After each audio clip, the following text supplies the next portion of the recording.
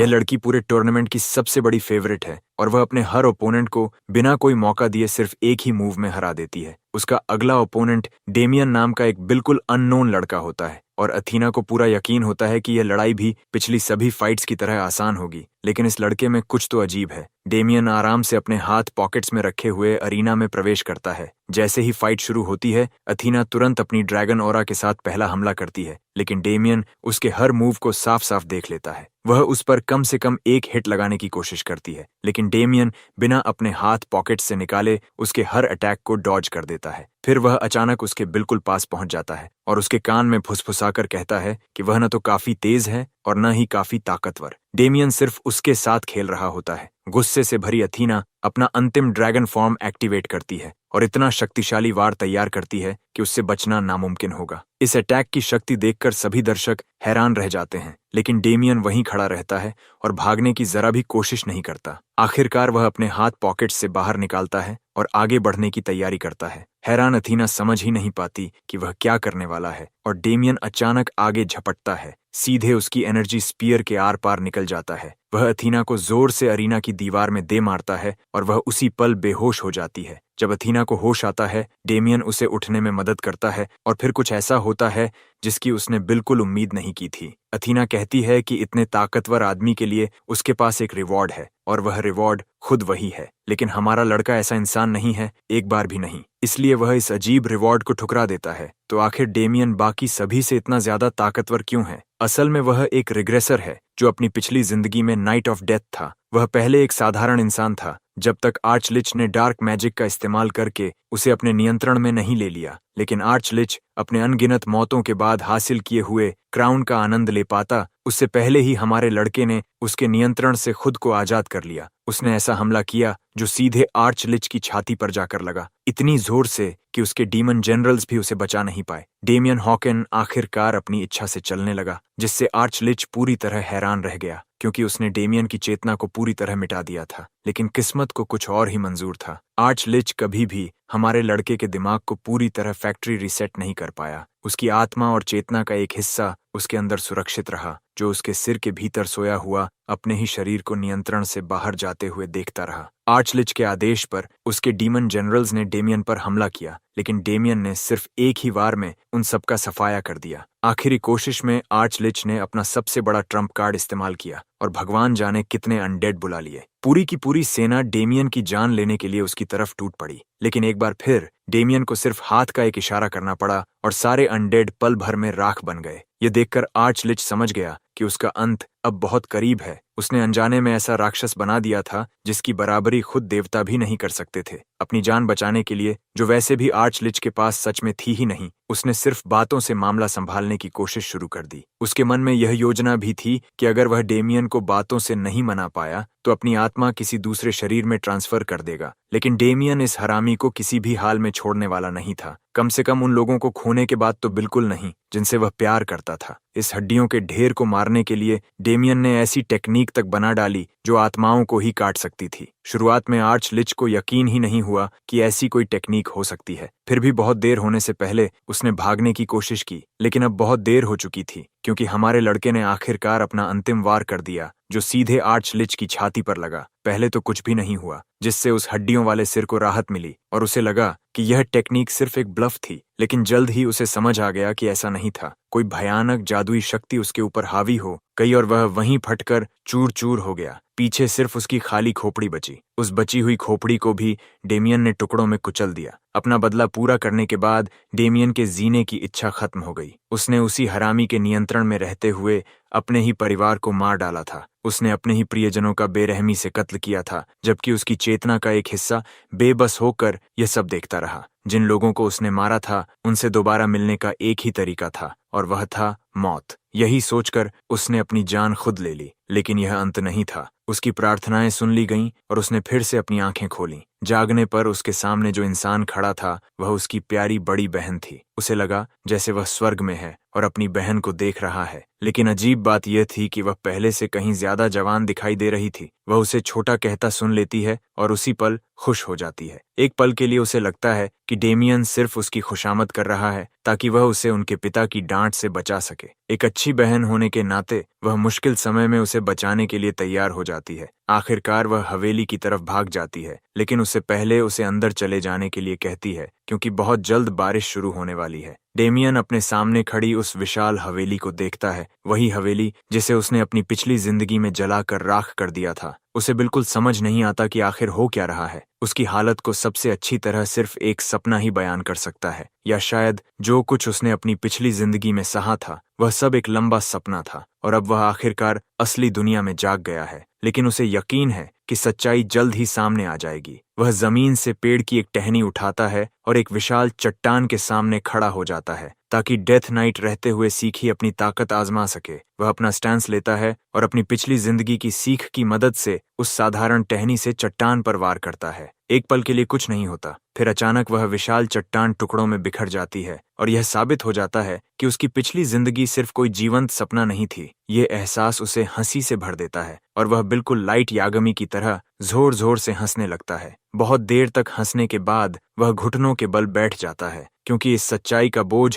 उसके भीतर उतर चुका होता है। जो कुछ वह देख रहा है वह कोई सपना नहीं है और उसकी पिछली जिंदगी भी कोई सपना नहीं थी। वह सचमुच अतीत में लौट आया है और यह एहसास उसे अंदर तक झकझोर देता है। अब डेमियन की इस उम्र की जिंदगी के बारे में थोड़ा जान लेते हैं। जहां तक डेमियन को याद है, वह एक ऐसा मस्खरा था जो अपनी हरकतों से हमेशा अपने परिवार का नाम शर्मिंदा करता था। उसका पिता हमेशा उसे याद दिलाता रहता था कि वह कितना निकम्मा और बेकार बेटा है जो सिर्फ परिवार का नाम खराब करने के अलावा कुछ नहीं करता। उसकी हरकतों ने हमेशा उसके आसपास के लोगों को सिर्फ दुख ही दिया। उसने अपने परिवार के भविष्य को बर्बाद कर दिया और यहाँ तक कि उनके घर की संपत्ति भी जब्त हो गई। परिवार के लिए शर्म और बर्बादी का कारण बनने की वजह से उसके पिता ने उसे घर से निकाल दिया। पूरे परिवार में सिर्फ उसकी बड़ी बहन ही थी जो अब भी डेमियन को अच्छे इंसान की तरह देखती थी। डेमियन कभी समझ ही नहीं पाया कि वह हमेशा उसका साथ क्यों देती थी और उसकी इतनी चिंता क्यों करती थी, जबकि उसी ने उसकी सगाई तोड़कर उसकी जिंदगी भी बर्बाद कर दी थी। घर छोड़ने से पहले उसकी बहन ने उसके सफर को आसान बनाने के लिए उसे कुछ पैसे दिए।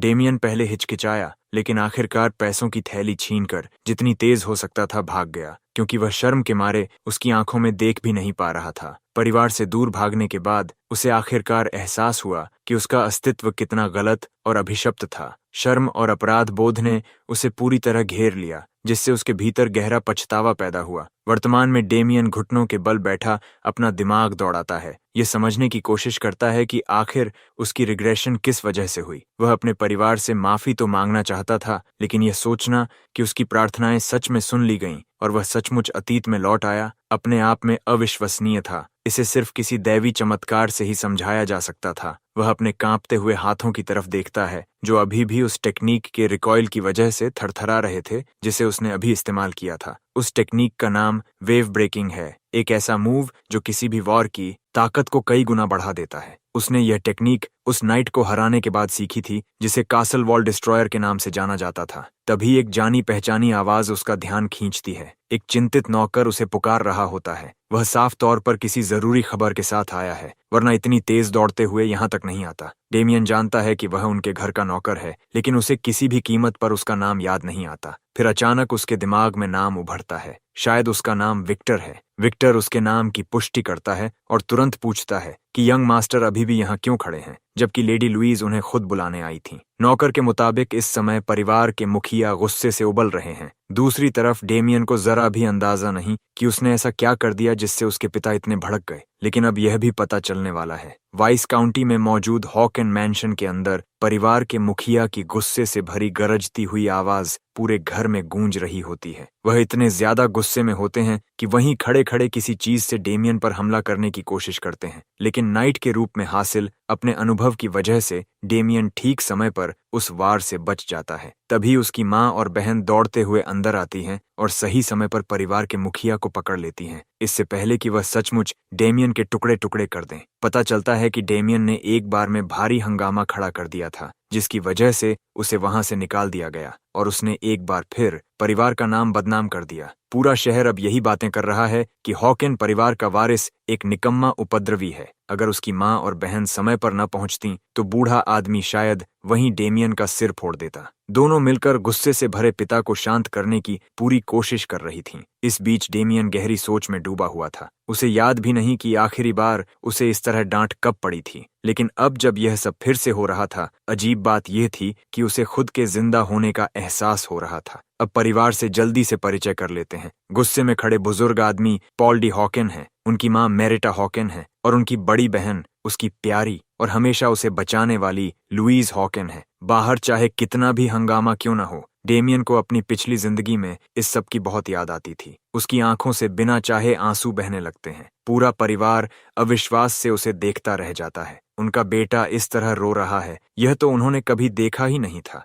यहाँ तक कि पॉल डी भी थोड़ा शांत हो जाता है। सजा देने से पहले वह अपने बेटे को अपनी सफाई देने का एक मौका देता है, लेकिन डेमियन के पास कहने के लिए कुछ भी नहीं होता, न कोई बहाना न कोई सफाई। ये जवाब उसके पिता के लिए किसी बड़े झटके से कम नहीं था। परिवार की नजर में डेमियन हमेशा वही लड़का था जो हर गलती से घटिया बहानों के सहारे बच निकलता था। लेकिन आज वह अपनी हर गलती मान रहा था। वह स्वीकार करता है कि हॉकिन परिवार का नाम उसी ने बदनाम किया है। यह सब उसकी ही गलती थी और उसे यह मानने में बिल्कुल शर्म नहीं थी। पॉल डे लंबी सांस छोड़ता है। आमतौर पर बातें इस तरह नहीं होती थीं, फिर भी उसे समझ नहीं आता कि उसके बेटे की यह थोड़ी सी ईमानदारी उसे माफ करने के लिए काफी है या नहीं। पूरे सम्मान के साथ डेमियन कहता है कि वह अपनी हर गलती की भरपाई करने के लिए तैयार है। परिवार की इज्जत वापस लाने और हुए नुकसान को ठीक करने के लिए जो भी करना पड़े वह करेगा। और जब यह सब पूरा हो जाएगा तब उसके पिता जो भी सजा उचित समझें वह उसे स्वीकार करेगा। उसकी यह बात सुनकर पूरा परिवार स्तब्ध रह जाता है।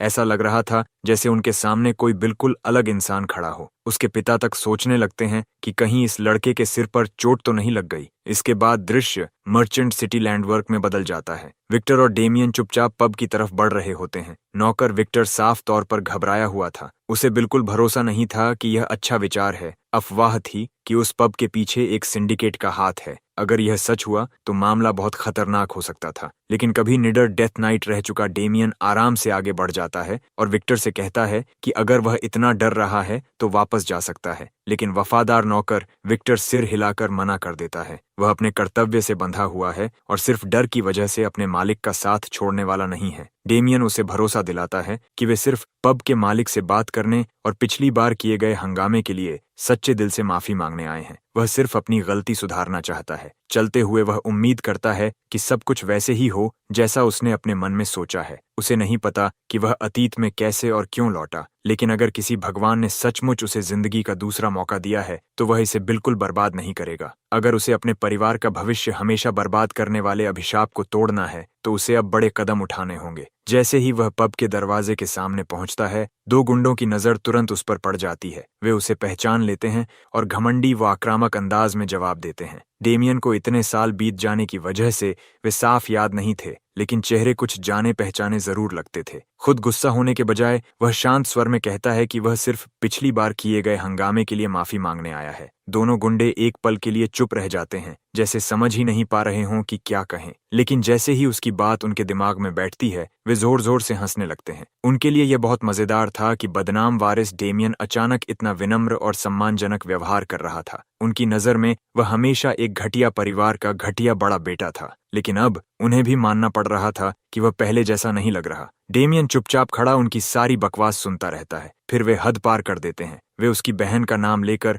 उसके बारे में बेहद गंदी और घिनौनी बातें करने लगते हैं। वे कहते हैं कि उसकी माफी तभी स्वीकार करेंगे जब वह उन्हें अपनी बहन से मिलवाएगा। उन घटिया लोगों ने साफ दिखा दिया कि वे कितने नीच थे और उसी पल बात माफी से आगे बढ़ जाती है। डेमियन इतनी तेजी से उनमें से एक के पास से खंजर छीन लेता है कि उसे खुद भी पता नहीं चलता कि उसका हथियार कब गायब हो गया। शुरुआत में डेमियन सिर्फ माफी मांगकर शांति से लौटना चाहता था, लेकिन लगता है उसके पास इतना धैर्य भी नहीं बचा था। एक साफ और सटीक वार में वह उनमें से एक का पूरा हाथ काट देता है। उसका हाथ कटते ही वह आदमी घुटनों के बल गिर पड़ता है और जब उसके दिमाग को समझ आता है कि उसके साथ क्या हुआ है तो वह दर्द से जोर जोर से चीखने लगता है। दूसरा गुंडा तुरंत अपनी तलवार निकाल लेता है, लेकिन उसके चेहरे पर साफ डर दिखाई दे रहा था। उसी पल डेमियन की किलिंग इंस्टिंक्ट जाग उठती है। उसके अंदर सोया हुआ डेथ नाइट फिर से जागने लगता है और पीछे खड़े विक्टर को मत भूलिए, जिसकी हालत पूरी तरह खराब हो चुकी थी। वह घबराकर चिल्ला रहा था और आने वाली तबाही की कल्पना से ही डर रहा था। घायल गुंडे की दर्द भरी चीखें जल्द ही वहां से गुजर रहे लोगों का ध्यान खींच लेती हैं। एक आदमी लड़ाई देखने के लिए रुक जाता है, जबकि दूसरा इस झमेले में फंसने से बचने के लिए बिना रुके आगे बढ़ जाता है। जिस गुंडे के दोनों हाथ अभी भी सलामत थे, वह कुछ खोखली धमकियों से डेमियन को डराने की कोशिश करता है। वह अपने गैंग ब्लैक स्नेक का नाम लेकर शेखी बघाड़ता है। उसका कहना था कि ब्लैक स्नेक से दुश्मनी लेने वाला कोई भी इंसान सही सलामत नहीं बचता, यानी ये लोग कोई मामूली सड़क छाप गुंडे नहीं थे। डेमियन को भी इस संगठन की कुछ याद थी। ब्लैक स्नेक उसी समय लैंडवर्क में अपना प्रभाव तेजी से बढ़ा रहा था और यह पब भी उन्हीं के अड्डों में से एक था। उस समय जब डेमियन ने यहाँ के महंगे खाने की शिकायत की थी, तो बदले में उसे सिर्फ बेरहमी से पीटा गया था। सिर्फ पीटा ही नहीं गया, बल्कि सबके सामने उसकी बेइज्जती भी की गई थी। अब जब वह इसके बारे में सोचता है, तो उसे लगता है कि माफी मांगने वाला वह नहीं, बल्कि सामने वाले लोग होने चाहिए थे। लड़ाई पर वापस आते हैं। वह गुंडा साफ कहता है कि नोबल होने से डेमियन अपनी आने वाली सजा से नहीं बच पाएगा। इतना कहकर वह पूरी ताकत से तलवार लेकर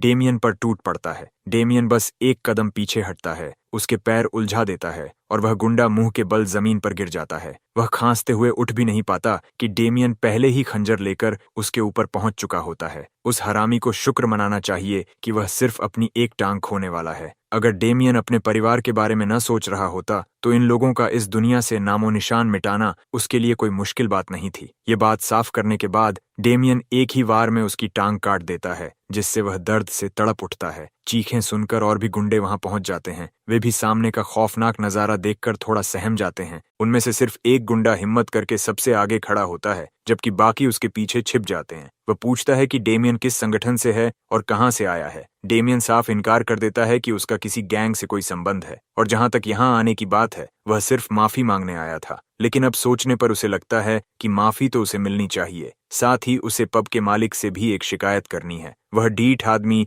डेमियन की किसी भी बात में जरा भी दिलचस्पी नहीं दिखाता। उन्हें सिर्फ उसकी पहचान जाननी थी, और जब डेमियन कुछ नहीं बताता, तो वे तय कर लेते हैं कि उसे बोलने पर मजबूर करना पड़ेगा। उनका नेता अपने आदमियों को हमला करने का आदेश देता है। वे बेवकूफ गुंडे बिना यह जाने डेमियन की तरफ दौड़ पड़ते हैं कि उनके साथ क्या होने वाला है। डेमियन को इन छोटे मोटे लोगों पर अपना समय बर्बाद करने का बिल्कुल मन नहीं था। वह गहरी सांस लेता है और बिजली जैसी रफ्तार से उनके बीच से निकल जाता है, उन हाथों को काटते हुए जो कभी उसके खिलाफ तलवार उठाने के लायक ही नहीं थे। सिर्फ एक डैश के बाद 3 आदमी जमीन पर पड़े थे। यह तेज हमला देखकर गुंडों का नेता पूरी तरह स्तब्ध रह जाता है। हालांकि इतनी तेज रफ्तार का इस्तेमाल करने से डेमियन के युवा और अभी पूरी तरह मजबूत न हुए शरीर पर थोड़ा असर पड़ता है, फिर भी उसके पास सामने खड़े आखिरी आदमी को खत्म करने भर की ताकत अभी भी बची थी। वह हरामी डर कर रहम की भीख मांगने लगता है और कहता है कि अगर डेमियन उसे माफ कर दे तो वह माफी मांग लेगा। लेकिन साफ था कि इस रोने धोने वाले आदमी को कोई दया नहीं मिलने वाली, कम से कम तब तक नहीं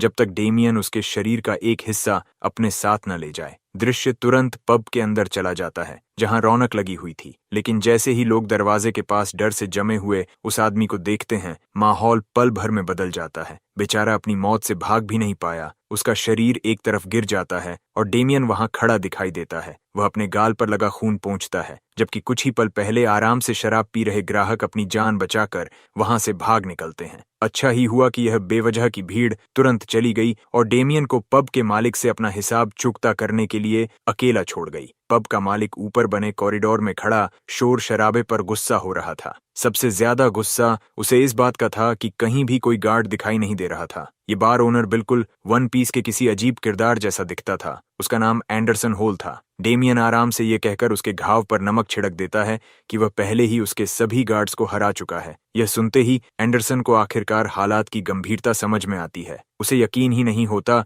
कि कोई ब्लैक स्नेक के लोगों को हरा सकता है। वह गुस्से में डेमियन से पूछता है कि उसने इतना हंगामा क्यों मचाया, उसके कारोबार में बाधा क्यों डाली, और सबसे जरूरी बात, वह आखिर है कौन। डेमियन बिना किसी झिझक के अपना परिचय देता है। वह साफ कहता है कि उसका कभी भी परेशानी खड़ी करने का इरादा नहीं था। उसकी बस एक ही चाहत है कि मालिक उससे दिल से माफी मांगे। यह जगह जरूरत से कहीं ज्यादा महंगी है और वह पहले ही इसकी शिकायत दर्ज करा चुका है, लेकिन उसे जो जवाब मिला वह था सबके सामने बेइज्जती से पिटना और कुत्ते की तरह बाहर फेंक दिया जाना। सबने उसे गलत समझा और यही मान लिया कि वही झगड़ा करने वाला था। इस गलत फहमी ने उसके परिवार की इज्जत पर गहरी चोट पहुंचाई, जिससे उन्हें भारी नुकसान उठाना पड़ा। बड़ी मूंछों वाला एंडरसन टांटवाल्न अभी तक यह समझ ही नहीं पाया कि वह कैसी स्थिति में फंसा हुआ है। पछताने की बजाय वह डामन और उसके परिवार का मजाक उड़ाता है। वह कहता है कि हॉक्स और विक काउंटी के लोगों में अब कोई सम्मान नहीं बचा, और यह बात इस जोकर को बेहद मजेदार लगती है। उससे भी ज्यादा हंसी की बात यह है कि डामन सच में उससे माफी की उम्मीद कर रहा था। लगता है हमारे लड़के को पहले से ही इस हरामी से ऐसे ही जवाब की उम्मीद थी। शुरुआत में उसने सोचा था कि अगर यह दिल से माफी मांग लेगा तो वह इसे छोड़ देगा, लेकिन अब उसके पास वही बहाना आ चुका है जिसका उसे इंतजार था, अपना मनचाहा बदला लेने का। अपने परिवार के बारे में गंदी बातें करने के लिए वह इस हरामी को किसी भी कीमत पर माफ नहीं करेगा। पलक झपकते ही डेमियन इतनी तेजी से आगे बढ़ता है कि सीधे पहली मंजिल पर खड़े उस हरामी के सामने पहुंच जाता है। खंजर सीधा उसकी तरफ ताना हुआ है और वह उसके पेट की आंतें बाहर खींच लेने के लिए तैयार है, लेकिन लगता है इस बार हमारा लड़का थोड़ा ज्यादा ही बहक गया और उसने अपनी सावधानी छोड़ दी। तभी एक आदमी तेजी से अंदर घुसता है और अपनी भारी तलवार पूरी ताकत से डेमियन पर दे मारता है, जिससे वह वापस नीचे ग्राउंड फ्लोर पर जा गिरता है। उस वार की ताकत बेहद खतरनाक थी। उस रहस्यमयी आदमी का नाम टेड है, जिसका एंडरसन काफी देर से इंतजार कर रहा था कि वह बीच में आए। डामन मानता है कि इस आदमी में वाकई दम है। उसकी ताकत देखकर हमारे लड़के के मन में सवाल उठता है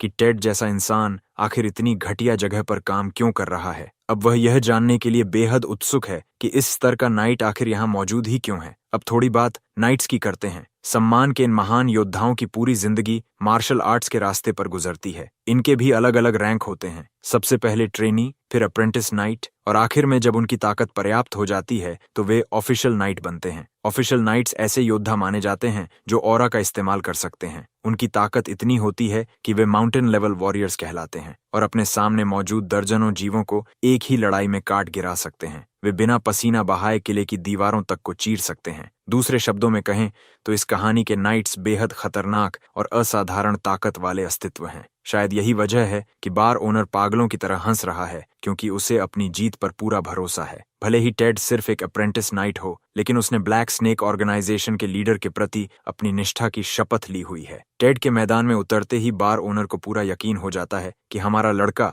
अब इस जगह से सही सलामत बाहर नहीं निकल पाएगा। और हाँ, वन पीस सच में रियल है। डेमियन पूरे आत्मविश्वास के साथ टेड से उसकी रैंक पूछता है। अब उसे समझ आ गया कि पिछली भिड़ंत के दौरान उसे ऑरा की हल्की सी मौजूदगी क्यों महसूस हुई थी, लेकिन डेमियन की यह बात सुनकर टेड खुद हैरान रह जाता है। उसे यकीन ही नहीं होता कि हमारे लड़के जैसा मामूली दिखने वाला इंसान उसकी ऑरा को महसूस कर सका, जबकि उसने उसे छिपाने की पूरी कोशिश की थी। कुछ पल सोचने के बाद दामन समझ जाता है कि टेड आखिर इस घटिया जगह पर काम क्यों कर रहा है। उसे लगता है कि टेड ऑफिशियल नाइट बनने लायक नहीं माना गया और उसे रैंक से बाहर निकाल दिया गया, जिसके बाद उसके पास जाने के लिए कोई जगह नहीं बची। दामन के शब्दों ने पहले ही नाइट के आत्मसम्मान पर चोट पहुंचा दी थी, जबकि बार ओनर उसे पैसों की बात करके शांत करने की कोशिश करता है। अपनी रैंक के साथ अप्रेंटिस शब्द सुनते ही टेड का खून खौल उठता है। गुस्से से भरा हुआ वह अविश्वसनीय रफ्तार से आगे बढ़ता है ताकि इस घमंडी नोबल का मुंह अपनी तलवार से काटकर उसकी बदतमीजी की सजा दे सके। लेकिन हमारा लड़का बिना जरा भी डरे वहीं खड़ा रहता है,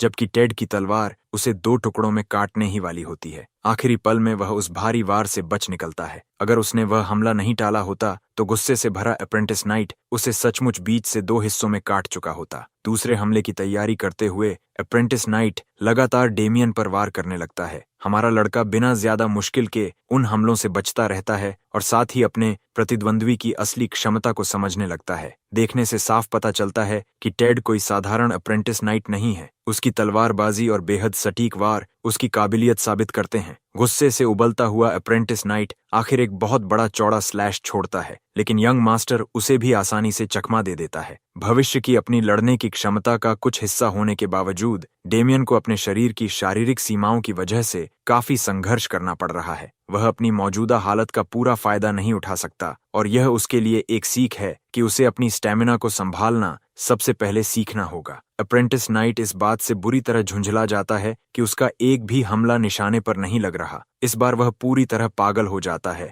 और अपने शरीर में ऑरा की हल्की चमक भर देता है। सामने क्या आने वाला है यह समझते ही डेमियन अपने प्रतिद्वंद्वी की सीक्रेट टेक्निक का अंदाजा लगा लेता है। अप्रेंटिस नाइट अपार शक्ति से लिपटी हुई सीधी सोर्ड स्ट्राइक छोड़ता है। जैसे ही तलवार उसके शरीर को भेदने वाली होती है, डेमियन मौत सामने होने के बावजूद शांत हो जाता है। वह अपनी एक ऐसी टेक्निक इस्तेमाल करना चाहता है जो इस हमले का पूरी तरह मुकाबला कर सके। डेथ नाइट के रूप में बिताए अपने दर्दनाक दिनों को याद करते हुए उसे वह लेजेंडरी किलर याद आता है जिसे ब्लेड ऑफ डेथ के नाम से जाना जाता था। उस असैसिन को प्रकृति की विनाशकारी शक्ति जैसा माना जाता था, इसलिए डेथ नाइट उसका सामना करने गया था। फैंटम असैसिन तुरंत अपनी तलवार उस राक्षसी दिखने वाले नाइट की ओर तान देता है और कहता है कि अगर वह पीछे नहीं हटा तो वह उसे मार डालेगा। जब उसे समझ आ गया कि डेथ नाइट पीछे हटने वाला नहीं है तो फैंटम असैसिन के भीतर छिपा हुआ खतरनाक पक्ष जाग उठता है। खून का प्यासा वह दरिंदा एक और शिकार मिलने से रोमांचित हो गया। वास्तव में वह अपनी सीक्रेट टेक्निक का ऐसा प्रदर्शन करना चाहता था जैसा पहले कभी नहीं हुआ। अपनी तीक्ष्ण नजरों की बदौलत वह इंसानी शरीर के वाइटल पॉइंट्स का विश्लेषण कर सकता था और उसके अंदर मौजूद पानी का इस्तेमाल करता था। फिर उसने अपनी अल्टीमेट किट कैट टेक्निक छोड़ दी जो शायद उसने सुकूना से सीखी थी और डेथ नाइट के शरीर को चीर डाला। सबसे हैरानी की बात यह थी कि उसने यह सब सिर्फ एक साधारण लकड़ी की तलवार से किया, जिससे उसकी टेक्निक की महानता और भी साबित होती है। डेथ नाइट का 2 हिस्सों में बंटा शरीर जमीन पर पड़ा था, जबकि फैंटम असैसिन अपनी जीत का जश्न मना रहा था। लेकिन उसे क्या पता था कि डेथ नाइट इतनी आसानी से मरने वाला नहीं था। जैसे ही उसने पीछे मुड़कर देखा, उसके सामने विनाश खड़ा था। उस प्राणी का शरीर फिर से जुड़ने लगा, उसका मांस और उसके अंग दोबारा एक साथ बनने लगे, जबकि उसे बीच से काट दिया गया था। हाँ, क्योंकि डेथ नाइट ने हानेरा की एंटी किटकैट टेक्निक निकाल ली थी। शरीर पूरी तरह से फिर जुड़ जाने के बाद फैंटम असैसिन को समझ आने लगा कि उसने एक अनडेड मॉन्स्टर को निशाना बनाकर बहुत बड़ी गलती कर दी। अब सबसे मजेदार बात यह है कि अपने ऊपर वही टेक्निक झेलने के बाद डेमियन ने उसे उसी पल सीख लिया और अपनी तीक्ष्ण नजरों से फैंटम असैसिन के वाइटल पॉइंट्स को निशाना बनाना शुरू कर दिया। फैंटम असैसिन को यह समझने का मौका भी नहीं मिला कि क्या हो रहा है और डेथ नाइट ने उसी टेक्निक से उसे खत्म कर दिया। इंस्टेंट कर्मा, और यह सब उसने बिना तलवार के ही कर दिखाया। वह पागल असैसिन असहनीय दर्द झेलता रहा, लेकिन यह कभी समझ नहीं पाया कि कोई उसकी सीक्रेट टेक्निक की नकल कैसे कर सकता है। यहीं से कहानी वापस वर्तमान में लौटती है। टेड के चेहरे पर भी बिल्कुल वैसा ही भाव है, निराशा और हार का। वह जमीन पर गिरा पड़ा है। उसका शरीर 2 हिस्सों में नहीं बंटा, लेकिन उसे एक बेहद गहरा स्लैश जरूर लगा है। हमारा महान नायक बताता है कि उसके हर दुश्मन के साथ यही हुआ। उन्हें तब तक पता ही नहीं चलता था कि उनके साथ क्या हुआ, जब तक वे जमीन पर गिरकर तड़प नहीं रहे होते थे। उसकी हर लड़ाई बिल्कुल इसी तरह खत्म होती थी। क्यों? क्योंकि डेथ नाइट के रूप में उसकी जन्मजात क्षमता यही थी कि वह अपने दुश्मनों की स्किल्स को एब्जॉर्ब कर लेता था और उन्हें अपनी स्किल्स की तरह इस्तेमाल करता था। आसान शब्दों में कहें तो ब्रो, ककाशी द कॉपी निंजा को भी कड़ी टक्कर दे रहा है। टेड को इस हालत में गिरते देख बार ओनर डर से कांपने लगता है। उसके माथे पर पसीना छूट जाता है और उसे लगता है कि अब अगली बारी उसकी है। उसके चेहरे पर पूरी तरह बेबस वेजिटा वाला एक्सप्रेशन आ जाता है। कुछ ही सेकंड बाद वह हमारे लड़के के सामने घुटनों के बल बैठ जाता है और हैक्स इन विक काउंटी का अपमान करने के लिए माफी मांगता है। बात यहीं खत्म नहीं होती। वह हुई परेशानी के बदले मुआवजे के तौर पर काफी मात्रा में गोल्ड भी देने की पेशकश करता है। दामन मन ही मन खुश हो जाता है। वह तो यहाँ सिर्फ एक साधारण माफी लेने आया था, लेकिन साथ में आसान पैसा भी मिल रहा है। वह इस मामले को यहीं खत्म करने का फैसला करता है और अपने सर्वेंट विक्टर की ओर देखता है, जिसने पूरी घटना को चुपचाप देखा था। सर्वेंट तुरंत गोल्ड इकट्ठा करने पहुंच जाता है, लेकिन जो कुछ उसने देखा उसके बाद उसे अपनी ही आंखों पर यकीन नहीं होता। उसने अपनी आंखों से देखा कि यंग मास्टर ने आखिरी पल में एक अविश्वसनीय टेक्निक से नाइट को पूरी तरह हरा दिया। उसके लिए यह समझना नामुमकिन है कि यंग मास्टर के पास अचानक इतनी शक्तिशाली टेक्निक्स आखिर आई कहां से। अगले दृश्य में वे बार से बाहर निकल रहे होते हैं। विक्टर कहता है कि उसने अपनी जिंदगी में कभी इतना सारा पैसा नहीं उठाया, लेकिन कुछ बताता है कि बार ओनर की कहानी अभी खत्म नहीं हुई, क्योंकि यह कमीना भविष्य में बदला लेने की ठान चुका है। उसका इरादा ब्लैक स्नेक ऑर्गेनाइजेशन के लीडर से मिलने का है, लेकिन जैसे ही वह अपने अगले बदले की योजना बनाने लगता है, हमारा लड़का वापस लौट आता है और उसकी दाहिनी कान काटकर उसे उसकी औकात याद दिला देता है। बार ओनर दर्द से चीख उठता है, जबकि डेमियन उसे याद दिलाता है कि उचित सजा दिए बिना वह यहाँ से नहीं जा सकता था। और हाँ, उसे पहले से ही बार ओनर के अगले कदम का अंदाजा है, इसलिए वह ऑर्गेनाइजेशन के लीडर के लिए भी एक संदेश छोड़ देता है। डेमियन की सिर्फ एक चेतावनी है, अगर ऑर्गेनाइजेशन ने उसके परिवार के साथ छेड़छाड़ करने की हिम्मत की तो वह उन सब का पूरी तरह सफाया कर देगा। अपना कान कटने के बाद भी बार ओनर बदला लेने की जिद नहीं छोड़ता और ऑर्गेनाइजेशन को इसकी रिपोर्ट करने का फैसला करता है। लेकिन वह बात बाद की है। हमारा लड़का आगे बढ़ता रहता है और बाहर निकलते हुए अपने पिछले जीवन की गलतियों को पूरी तरह स्वीकार कर लेता है। उसका अतीत खून से सना हुआ था,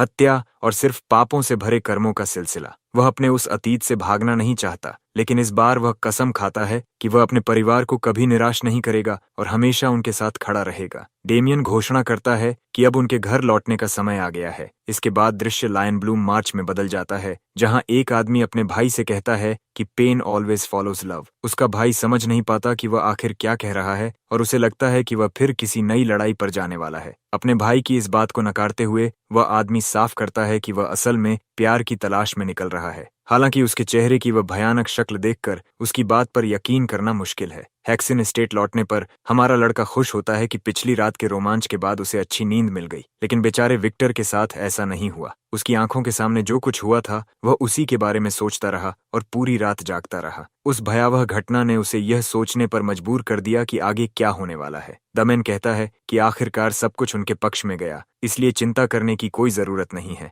भले ही वे अपनी मूल योजना से थोड़ा हट गए थे, लेकिन उन्होंने अपना उद्देश्य फिर भी पूरा कर लिया। अब हमारा लड़का बस इस इंतजार में है कि यह अफवाह हर जगह फैल जाए ताकि लोग समझ जाएं कि वाइसकाउंट हैकिन के बड़े बेटे से पंगा नहीं लेना चाहिए। जब यह अफवाह फैल जाएगी तब कोई भी दोबारा उसके परिवार को परेशान करने की हिम्मत नहीं करेगा। वह इस बात से भी खुश है कि निकम्मे बेटे वाली उसकी बदनामी भी थोड़ी बदल जाएगी और लोग उसे पहले से कहीं ज्यादा सम्मान की नजर से देखेंगे। यहाँ तक कि उसका सर्वेंट विक्टर भी समझ नहीं पा रहा कि यंग मास्टर अचानक इतना सक्षम और समझदार कैसे बन गया। सर्वेंट ब्लैक स्नेक ग्रुप को लेकर बेहद डरा हुआ है, क्योंकि पिछली रात उन्होंने जो किया वह हर मायने में खुली चुनौती थी। दामन ने उनके आदमियों को घायल किया और एक अप्रेंटिस नाइट तक को हरा दिया। इतनी बड़ी धमकी सामने होने के बावजूद डेमियन को पूरा भरोसा है कि किसी नोबल फैमिली के खिलाफ कदम उठाने से पहले वे 100 बार सोचेंगे, और अगर वे इतने मूर्ख निकले कि फिर भी कोशिश करें तो वह उनकी बुरी तरह पिटाई करेगा। डेमियन की यह बात सुनकर विक्टर की कुछ चिंता कम हो जाती है और वह हमारे लड़के की असाधारण सोर्ड स्किल्स की तारीफ करता है,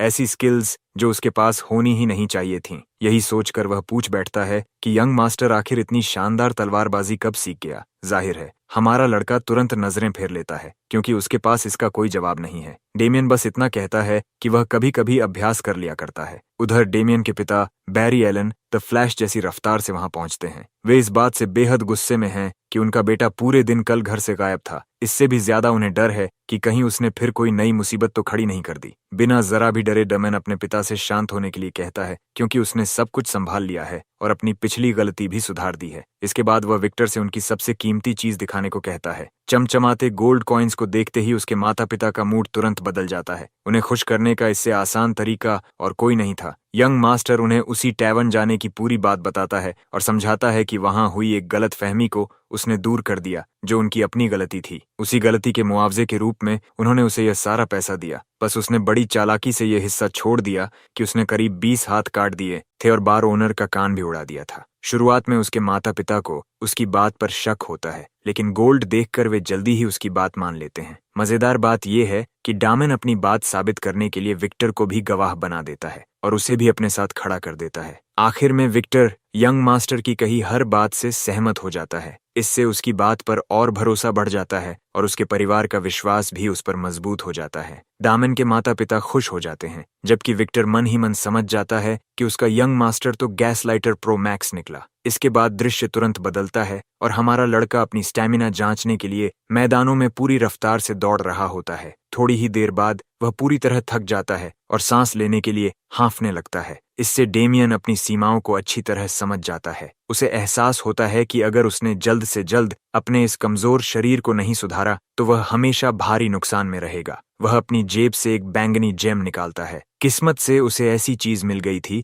जो फिलहाल उसकी काफी मदद करने वाली थी। टैवर्न छोड़ने से पहले बार ओनर की ट्रेजर लिस्ट में यह टॉनिक भी शामिल था। ये एल्केमी एकेडमी की बनाई हुई एक क्रिएशन थी। इसे पीने से किसी की स्टेमिना और एनर्जी में काफी बढ़ोतरी हो जाती थी। एल्केमी एकेडमी का नाम सुनकर डेमियन भी थोड़ा हैरान हुआ था। यह एकेडमी ऐसे पोशंस और टॉनिक्स बनाने में विशेषज्ञ थी और उनकी गुणवत्ता इतनी शानदार थी कि उनकी कीमत किसी जेमस्टोन के बराबर मानी जाती थी। यंग मास्टर के लिए तो यह और भी अच्छा था, क्योंकि उसे यह बिल्कुल मुफ्त में मिल गया था। वर्तमान में वह बिना देर किए टॉनिक पी जाता है और कुछ ही सेकंड में उसके शरीर के भीतर बिजली जैसी एनर्जी दौड़ने लगती है। इसका असर तुरंत दिखाई देने लगता है। वह खाली शीशी को कुचल देता है और सोचता है कि इस समय उसका सबसे बड़ा लक्ष्य अपने शरीर को फिर से पहले जैसा मजबूत बनाना है। अनस्टॉपेबल डेथ नाइट बनने के लिए पूकी आर्चलेस डॉर्गो एक दिन अपनी अनडेड आर्मी को आजाद करेगा, जो पूरी दुनिया को राख में बदल देगी। डेमियन हर हाल में उस अंधकारमय भविष्य को रोकना चाहता है। यही वजह है कि वह अपनी सारी शक्तियां वापस पाने के लिए पूरी तरह दृढ़ है। सिर्फ तभी वह अपने सबसे कीमती लोगों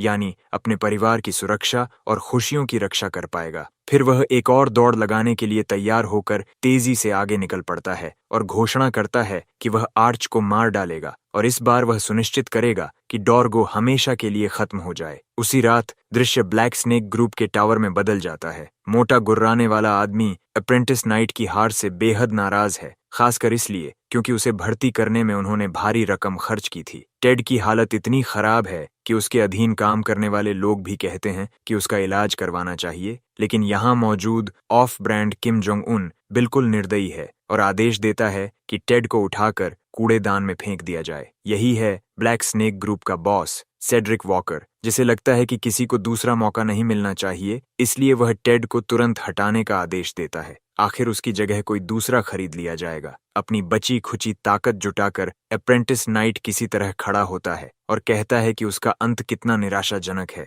सेड्रिक पीछे मुड़कर देखता है और हैरान रह जाता है कि नाइट अभी भी खड़ा हो सकता है। वह कहता है कि अगर टेड अपना इलाज करवा ले तो उसे दूसरा मौका दिया जा सकता है, लेकिन अभी कुछ ही मिनट पहले उसे कूड़े में फेंकने का आदेश देने वाला वही आदमी अब यह बात कह रहा था। इससे अप्रेंटिस नाइट का गुस्सा फूट पड़ता है और वह अपनी तलवार लेकर सीधे सेड्रिक पर हमला कर देता है, लेकिन ऑर्गेनाइजेशन के लीडर को मारने की उसकी यह आखिरी कोशिश भी नाकाम हो जाती है, क्योंकि एक शैडो टेंड्रिल तुरंत उसे जकड़ लेती है, जंजीरों की तरह बांध देती है और उसे पूरी तरह बेबस बना देती है। इसके बाद वह व्यक्ति सामने आता है जो इस सब के लिए जिम्मेदार था। वह कहता है कि कॉन्ट्रैक्ट के मुताबिक वह अप्रेंटिस नाइट को मारना पसंद करेगा। सेड्रिक बड़े उत्साह से देखना चाहता है कि उनका नया भर्ती किया गया आदमी क्या कर सकता है। बेबस नाइट सिर्फ शिकायतें करता रह जाता है। मेज एक कमांड चांट करता है और अंधेरे से भयानक डिमोनिक क्रीचर्स को बुला लेता है। अप्रेंटिस नाइट कुछ समझ भी नहीं पाता कि उसके साथ क्या हो रहा है।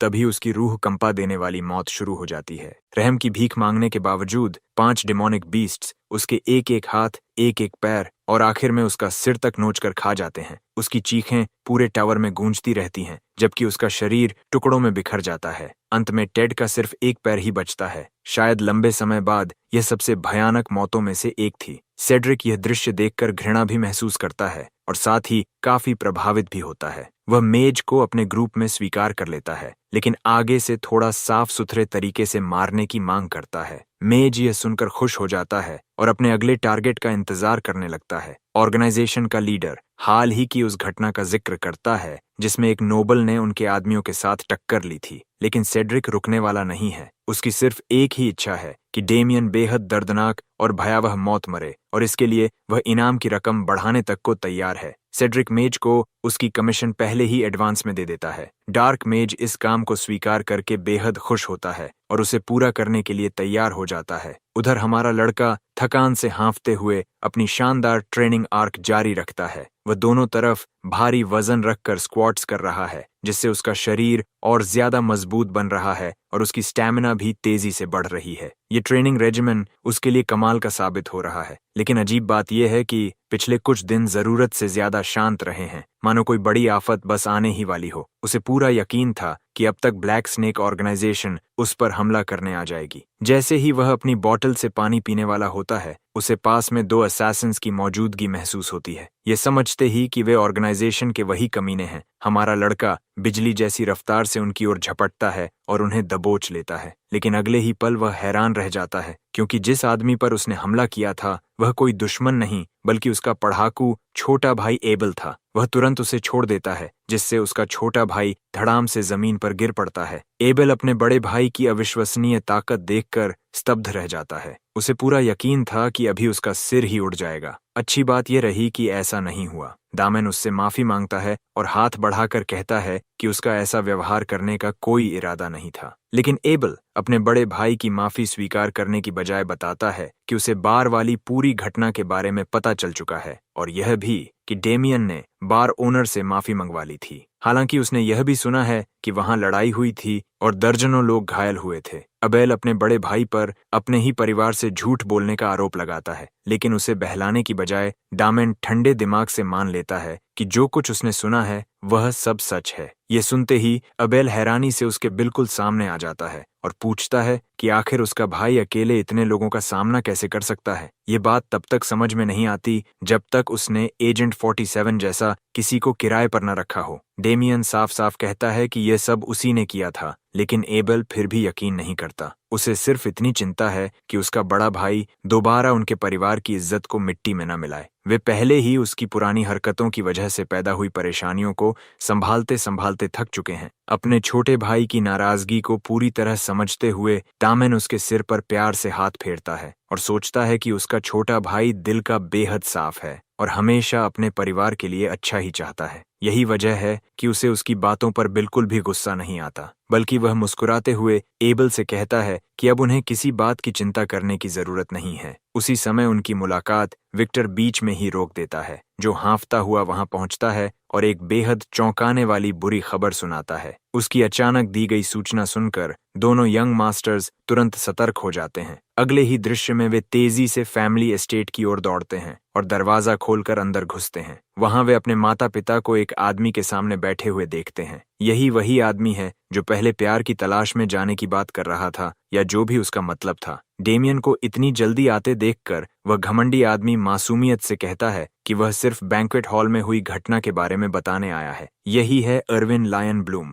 जो अटैक ऑन टाइटन वाले अर्विन का बुरा और बेटा वर्जन लगता है। दुर्भाग्य से उसका हमारे नायक के साथ बहुत खराब रिश्ता है। ये समझने के लिए कि उनके बीच आखिर हुआ क्या था, हमें अतीत में लौटना होगा। बैंकेट हॉल में डामन और अर्विन के बीच थोड़ी कहासुनी हुई थी। किसी बात पर डामन नाराज हो गया था, जबकि शांत दिखाई देने वाला अर्विन उसे और ज्यादा भड़काता रहा। नशे में धुत दामन सबको याद दिलाता है कि अर्विन ने उसकी बहन का अपमान किया था और उसके बारे में भी बुरा कहा था, इसलिए उसका नाराज होना बिल्कुल जायज था। लेकिन अर्विन ने बड़ी चालाकी से उसके नशे की हालत का फायदा उठाया और सारी गलती उसी के सिर मढ़ दी। बात यही नहीं रुकी, वह कमीना सीधे उसके सामने आकर उसे मनी सीज कहता है और ताना मारता है कि अगर उसने यह सब कहा भी है तब भी डेमियन उसका कुछ नहीं बिगाड़ सकता। ये बात हमारे लड़के को भीतर तक झकझोर देती है। उसी पल उसने अपनी जिंदगी की सबसे बड़ी गलती कर दी। उसने गुस्से में आकर उस कमीने के मुंह पर मुक्का मार दिया। सच कहें तो वह पंच देखने में जितना गलत था उतना ही संतोष देने वाला भी था। भले ही बैंक्वेट हॉल के अंदर ऐसा करना सही नहीं था। चेहरे पर सीधा मुक्का खाने के बाद भी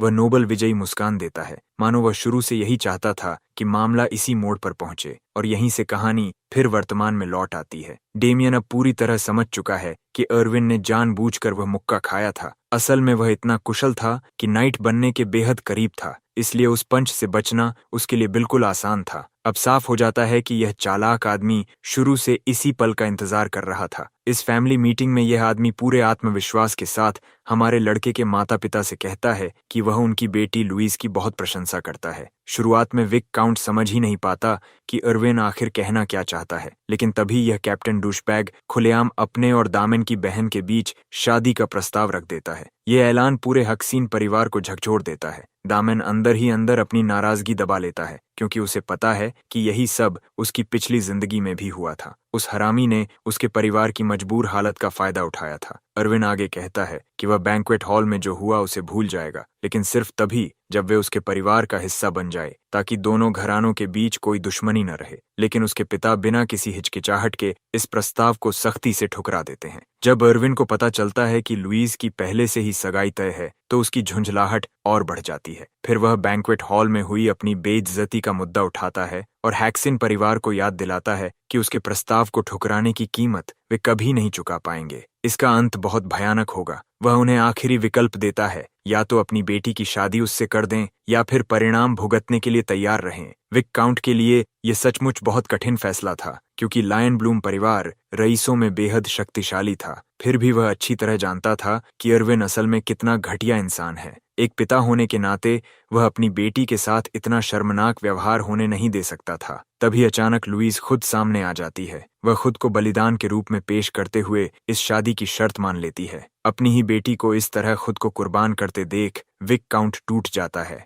वह उसे भरोसा दिलाने की कोशिश करता है कि वे कोई न कोई रास्ता जरूर निकालेंगे। एबल भी गुस्से में कहता है कि उसकी बहन को डेमियन की वजह से पैदा हुई मुसीबत नहीं झेलनी चाहिए। अपनी बहन को परिवार के लिए इस तरह खड़े होते देखकर डायमन भी दुखी हो जाता है, लेकिन वह बहादुर लड़की मुस्कुराती रहती है और वादा करती है कि वह अर्विन के साथ चली जाएगी। ये पूरा दृश्य हमारे नायक को उसकी पिछली गलतियों की याद दिलाता है। उसकी वजह से पैदा हुई परेशानियों का बोझ आखिर उसकी बहन को उठाना पड़ा था। अब जब सब कुछ अपने पक्ष में होता देख अर्विन के चेहरे पर शैतानी मुस्कान आ जाती है। वह खुश होता है कि उन्होंने सही फैसला लिया। जाने से पहले वह लुईस से कहता है कि जल्द ही एक आधिकारिक शादी का प्रस्ताव भेजा जाएगा, ताकि बाकी बातें तय की जा सकें। लेकिन जैसे ही वह अपनी बकवास कर रहा होता है, तभी उसके सामने खुद शैतान की तरह डामेन आकर खड़ा हो जाता है और उसे घूरने लगता है। जिसकी भी बहन हो, वह इस हालात में हमारे लड़के जैसा ही चेहरा बनाता। डामेन का मजाक उड़ाते हुए अर्विन उसे अपना ब्रदर इन लॉ कहता है। डामेन को उसकी इस बात की कोई परवाह नहीं,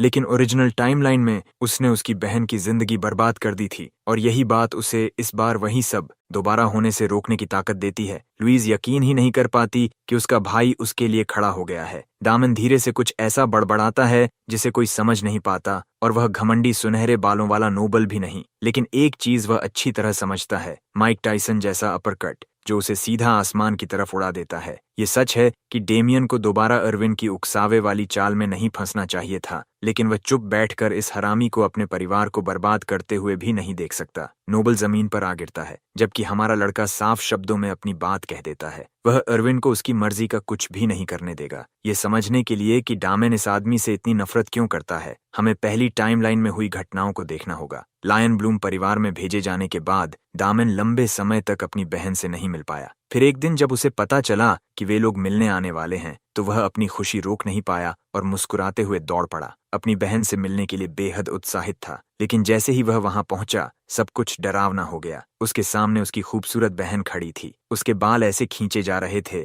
जैसे वह कोई इंसान नहीं बल्कि जानवर हो। अर्विन उसे उसके घटिया परिवार की शिकायत करने पर घसीट रहा था। वह इस बात से गुस्से में था कि उसने उसे छोड़ने की धमकी देने की हिम्मत भी कैसे की, लेकिन वह यहीं नहीं रुका। उसे सबक सिखाने और यह यकीन दिलाने के लिए कि वह फिर कभी उसका विरोध न करे, अर्विन पूरी तरह तैयार हो गया। जबकि मासूम लड़की डर के मारे कांप रही थी, उसने मुट्ठी बांधी और बेरहमी से उसे पीटना शुरू कर दिया, जबकि बेचारी लड़की दर्द से चीखती रही। सिर्फ वह मंजर देखकर ही हमारे लड़के का दिल अंदर से टूट गया। वह अपनी ही बहन की रक्षा नहीं कर पाया, और सबसे बड़ी बात, उसे उस हालत तक पहुंचाने वाला भी वही था। यह सब बैंक्वेट हॉल में उसके अपने ही किए गए कामों की वजह से हुआ था। उसी दिन से डेमियन के दिल में एक गहरी नफरत जन्म लेती है, ऐसी नफरत जो सिर्फ एक इंसान के लिए थी, अर्विन लायन ब्लूम। और अब कहानी वापस वर्तमान में लौटती है, जहां उसने अभी अभी एक जबरदस्त अपरकट मारकर उसे नॉकआउट कर दिया है। पूरा परिवार सदमे में है। अपने यंग मास्टर की दर्द भरी आवाज सुनकर लायन ब्लूम परिवार के गार्ड्स तुरंत वहां पहुंच जाते हैं। बिना एक पल गंवाए वे अपने हथियार निकाल लेते हैं ताकि उस व्यक्ति को पकड़ सकें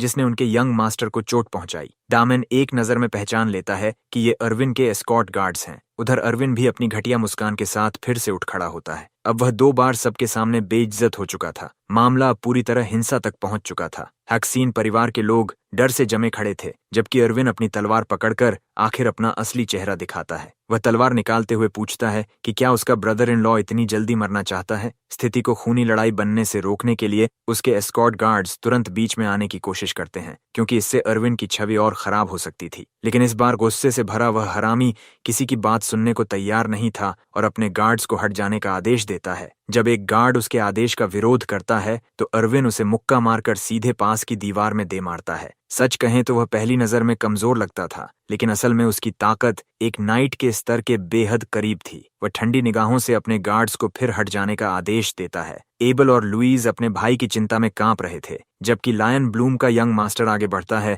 ताकि हमेशा के लिए डेमियन का अंत कर सके। वह सोचता है कि हैक्सिन परिवार अब इस हालात को कैसे संभालेगा, खासकर तब जब उन्होंने इसे पहले से 10 गुना ज्यादा खराब बना दिया है। अपने भाई की जान को असली खतरे में देखकर लुईज समझ जाती है कि डेमियन बुरी तरह घायल हो जाएगा, इसलिए वह जबरदस्ती आगे बढ़कर सब कुछ खत्म करना चाहती है। लेकिन इस बार हमारा लड़का उसे रोक देता है। अब वह कभी बलिदान नहीं बनेगी। इस बार उसका बड़ा भाई डेमियन खुद सारी जिम्मेदारी उठाएगा। वह उसे भरोसा दिलाने वाली नजर से देखता है कि सब ठीक होगा। अब समय आ चुका था एक आधिकारिक 1-on-1 ड्यूल का। ड्यूल का नाम सुनते ही लायन ब्लूम का यंग मास्टर भी हैरान रह जाता है। दामन साफ कहता है कि अगर वह इस ड्यूल में हार गया तो अरविन उससे जो भी कहेगा वह सब मानेगा, लेकिन अगर वह जीत गया तो आज तक जो कुछ भी हुआ है उसे दोनों पक्ष पूरी तरह भूल जाएंगे। दिलचस्प बात यह थी कि अरविन इस ड्यूल को स्वीकार ही नहीं करना चाहता था, क्योंकि लुईज से वह पहले ही अपनी मंजूरी ले चुका था। लेकिन डामन पीछे हटने वालों में से नहीं था। वह चालाकी से अरविन के ईगो पर चोट करता है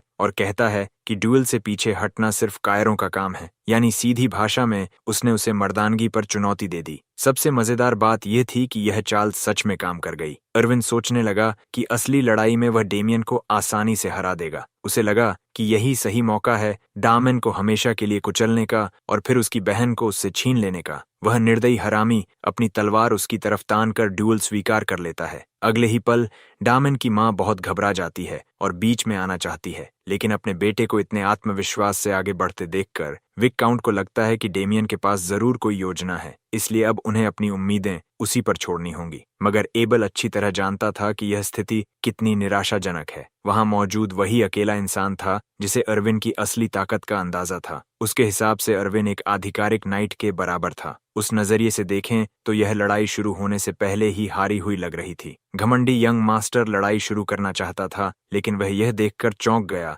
कि उसका प्रतिद्वंद्वी तलवार इस्तेमाल करने में कोई दिलचस्पी ही नहीं दिखा रहा। दामन पूरे भरोसे से कहता है कि उसे किसी तलवार की जरूरत नहीं है। फिर उसे पूरी तरह अपमानित करने के लिए हमारा लड़का अपनी भरोसेमंद फोक निकाल लेता है। हाँ, वही महान फोक सोर्ड जो शायद अल्टीमेट स्टिक ऑफ डिस्ट्रक्शन की बराबरी कर सकती थी। उसके हाथ में वह फोर्क देखकर अरविन कुछ पल के लिए बिल्कुल चुप रह जाता है। उधर डामन का परिवार अंदर ही अंदर घबराया हुआ सोच रहा था कि आखिर वह उस फोर्क से करेगा क्या। वहीं अरविन उसके मुंह पर खुलकर हंसने लगता है। उसे लगता है कि उसका प्रतिद्वंद्वी पहले ही हार मान चुका है और डर के मारे पागल हो गया है। पूरे आत्मविश्वास के साथ अरविन उस पर झपटता है और एक ही वार में उसे खत्म करना चाहता है, लेकिन उसके जबरदस्त झटके के साथ किया गया पहला वार पूरी तरह खाली चला जाता है, क्योंकि डेमियन आराम से उससे बच निकलता है। अपने अटैक पैटर्न को और भी मुश्किल बनाने के लिए अरविन ने लगातार कई स्विंग्स किए और अपनी technique fierce roaring lion sword छोड़ दी। भाई ने तो अपना ही सुजानो निकाल लिया, लेकिन यह विनाशकारी हमला सिर्फ दिखावा साबित हुआ, क्योंकि अटैक खत्म होने तक हमारा लड़का अपनी जगह से एक कदम भी नहीं हिला था। उसने हर एक स्ट्राइक को डिफ्लेक्ट कर दिया, यहाँ तक कि एस्कॉर्ट गार्ड्स भी समझ नहीं पाए कि उनका यंग मास्टर मजाक कर रहा है या उसका ओपोनेंट सच में इतना ताकतवर है। ये समझने के लिए कि आखिर हुआ क्या, हम अरविन के पॉइंट ऑफ व्यू से देखते हैं। टेक्निक शुरू होते ही उस छोटे से समय में हमारा लड़का उसकी हर स्विंग के बीच से ऐसे निकल गया कि एक भी वार उसे छू तक नहीं पाया। वहीं डेमियन खुश है कि उसकी फिजिकल ट्रेनिंग आखिरकार रंग ला रही है। अपनी बढ़ी हुई स्टैमिना की वजह से अब वह तेज मूवमेंट्स का आसानी से साथ दे सकता है और जल्दी नहीं थकता। और याद रहे, यह सब वह सिर्फ एक साधारण फोक के साथ कर रहा है। साथ ही अब तक वह लायन ब्लूम परिवार की सोर्ड्समैनशिप को भी अच्छी तरह समझ चुका है। असली बात यह है कि ओरिजिनल टाइमलाइन में डेथ नाइट डेमियन का सामना लायन ब्लूम परिवार के सबसे बड़े बेटे माइका हेल लायन ब्लूम से हुआ था, और वह सचमुच बेहद खतरनाक योद्धा था। उसकी तुलना में उसका छोटा भाई काफी निराशाजनक और बहुत कमजोर है। यही वजह है कि मौजूदा डेमियन को उसका सामना करने में बिल्कुल भी परेशानी नहीं हो रही। इरविन का खून खौल उठता है और वह लगातार ऑरा की लहरें छोड़ते हुए यह मानने से इनकार कर देता है कि डेमियन सिर्फ अपनी स्किल की वजह से उसकी टेक्निक से बच गया, लेकिन ऑरा का इस्तेमाल किसी भी इंसान के लिए बेहद खतरनाक होता है। इसलिए अब हमारे लड़के के सामने एक नई चुनौती खड़ी हो जाती है कि वह इससे कैसे बचेगा। इरविन लायन ब्लूम अविश्वसनीय रफ्तार से दौड़कर सीधे अपने टारगेट के सामने पहुंच जाता है और अंतिम घातक वार करने की तैयारी करता है। उसी नाजुक पल में डेमियन अपनी टेक्निक्स की सूची में से सोर्ड सेंट टेक्निक चुनता है और उसे इस्तेमाल करने का फैसला करता है। दोनों के बीच जोरदार टक्कर होती है, लेकिन इरविन की पूरी दुनिया तब बिखर जाती है जब वह देखता है कि एक मामूली फोर्क उसकी तलवार को रोक ही नहीं रहा, बल्कि उसे पीछे भी धकेल रहा है। उसे समझ ही नहीं आता कि आखिर ये हो क्या रहा है। इससे पहले कि वह कुछ समझ पाता, हमारे लड़के का secret move countless thunder shadow revelations उस पर टूट पड़ता है। उस मूव की मदद से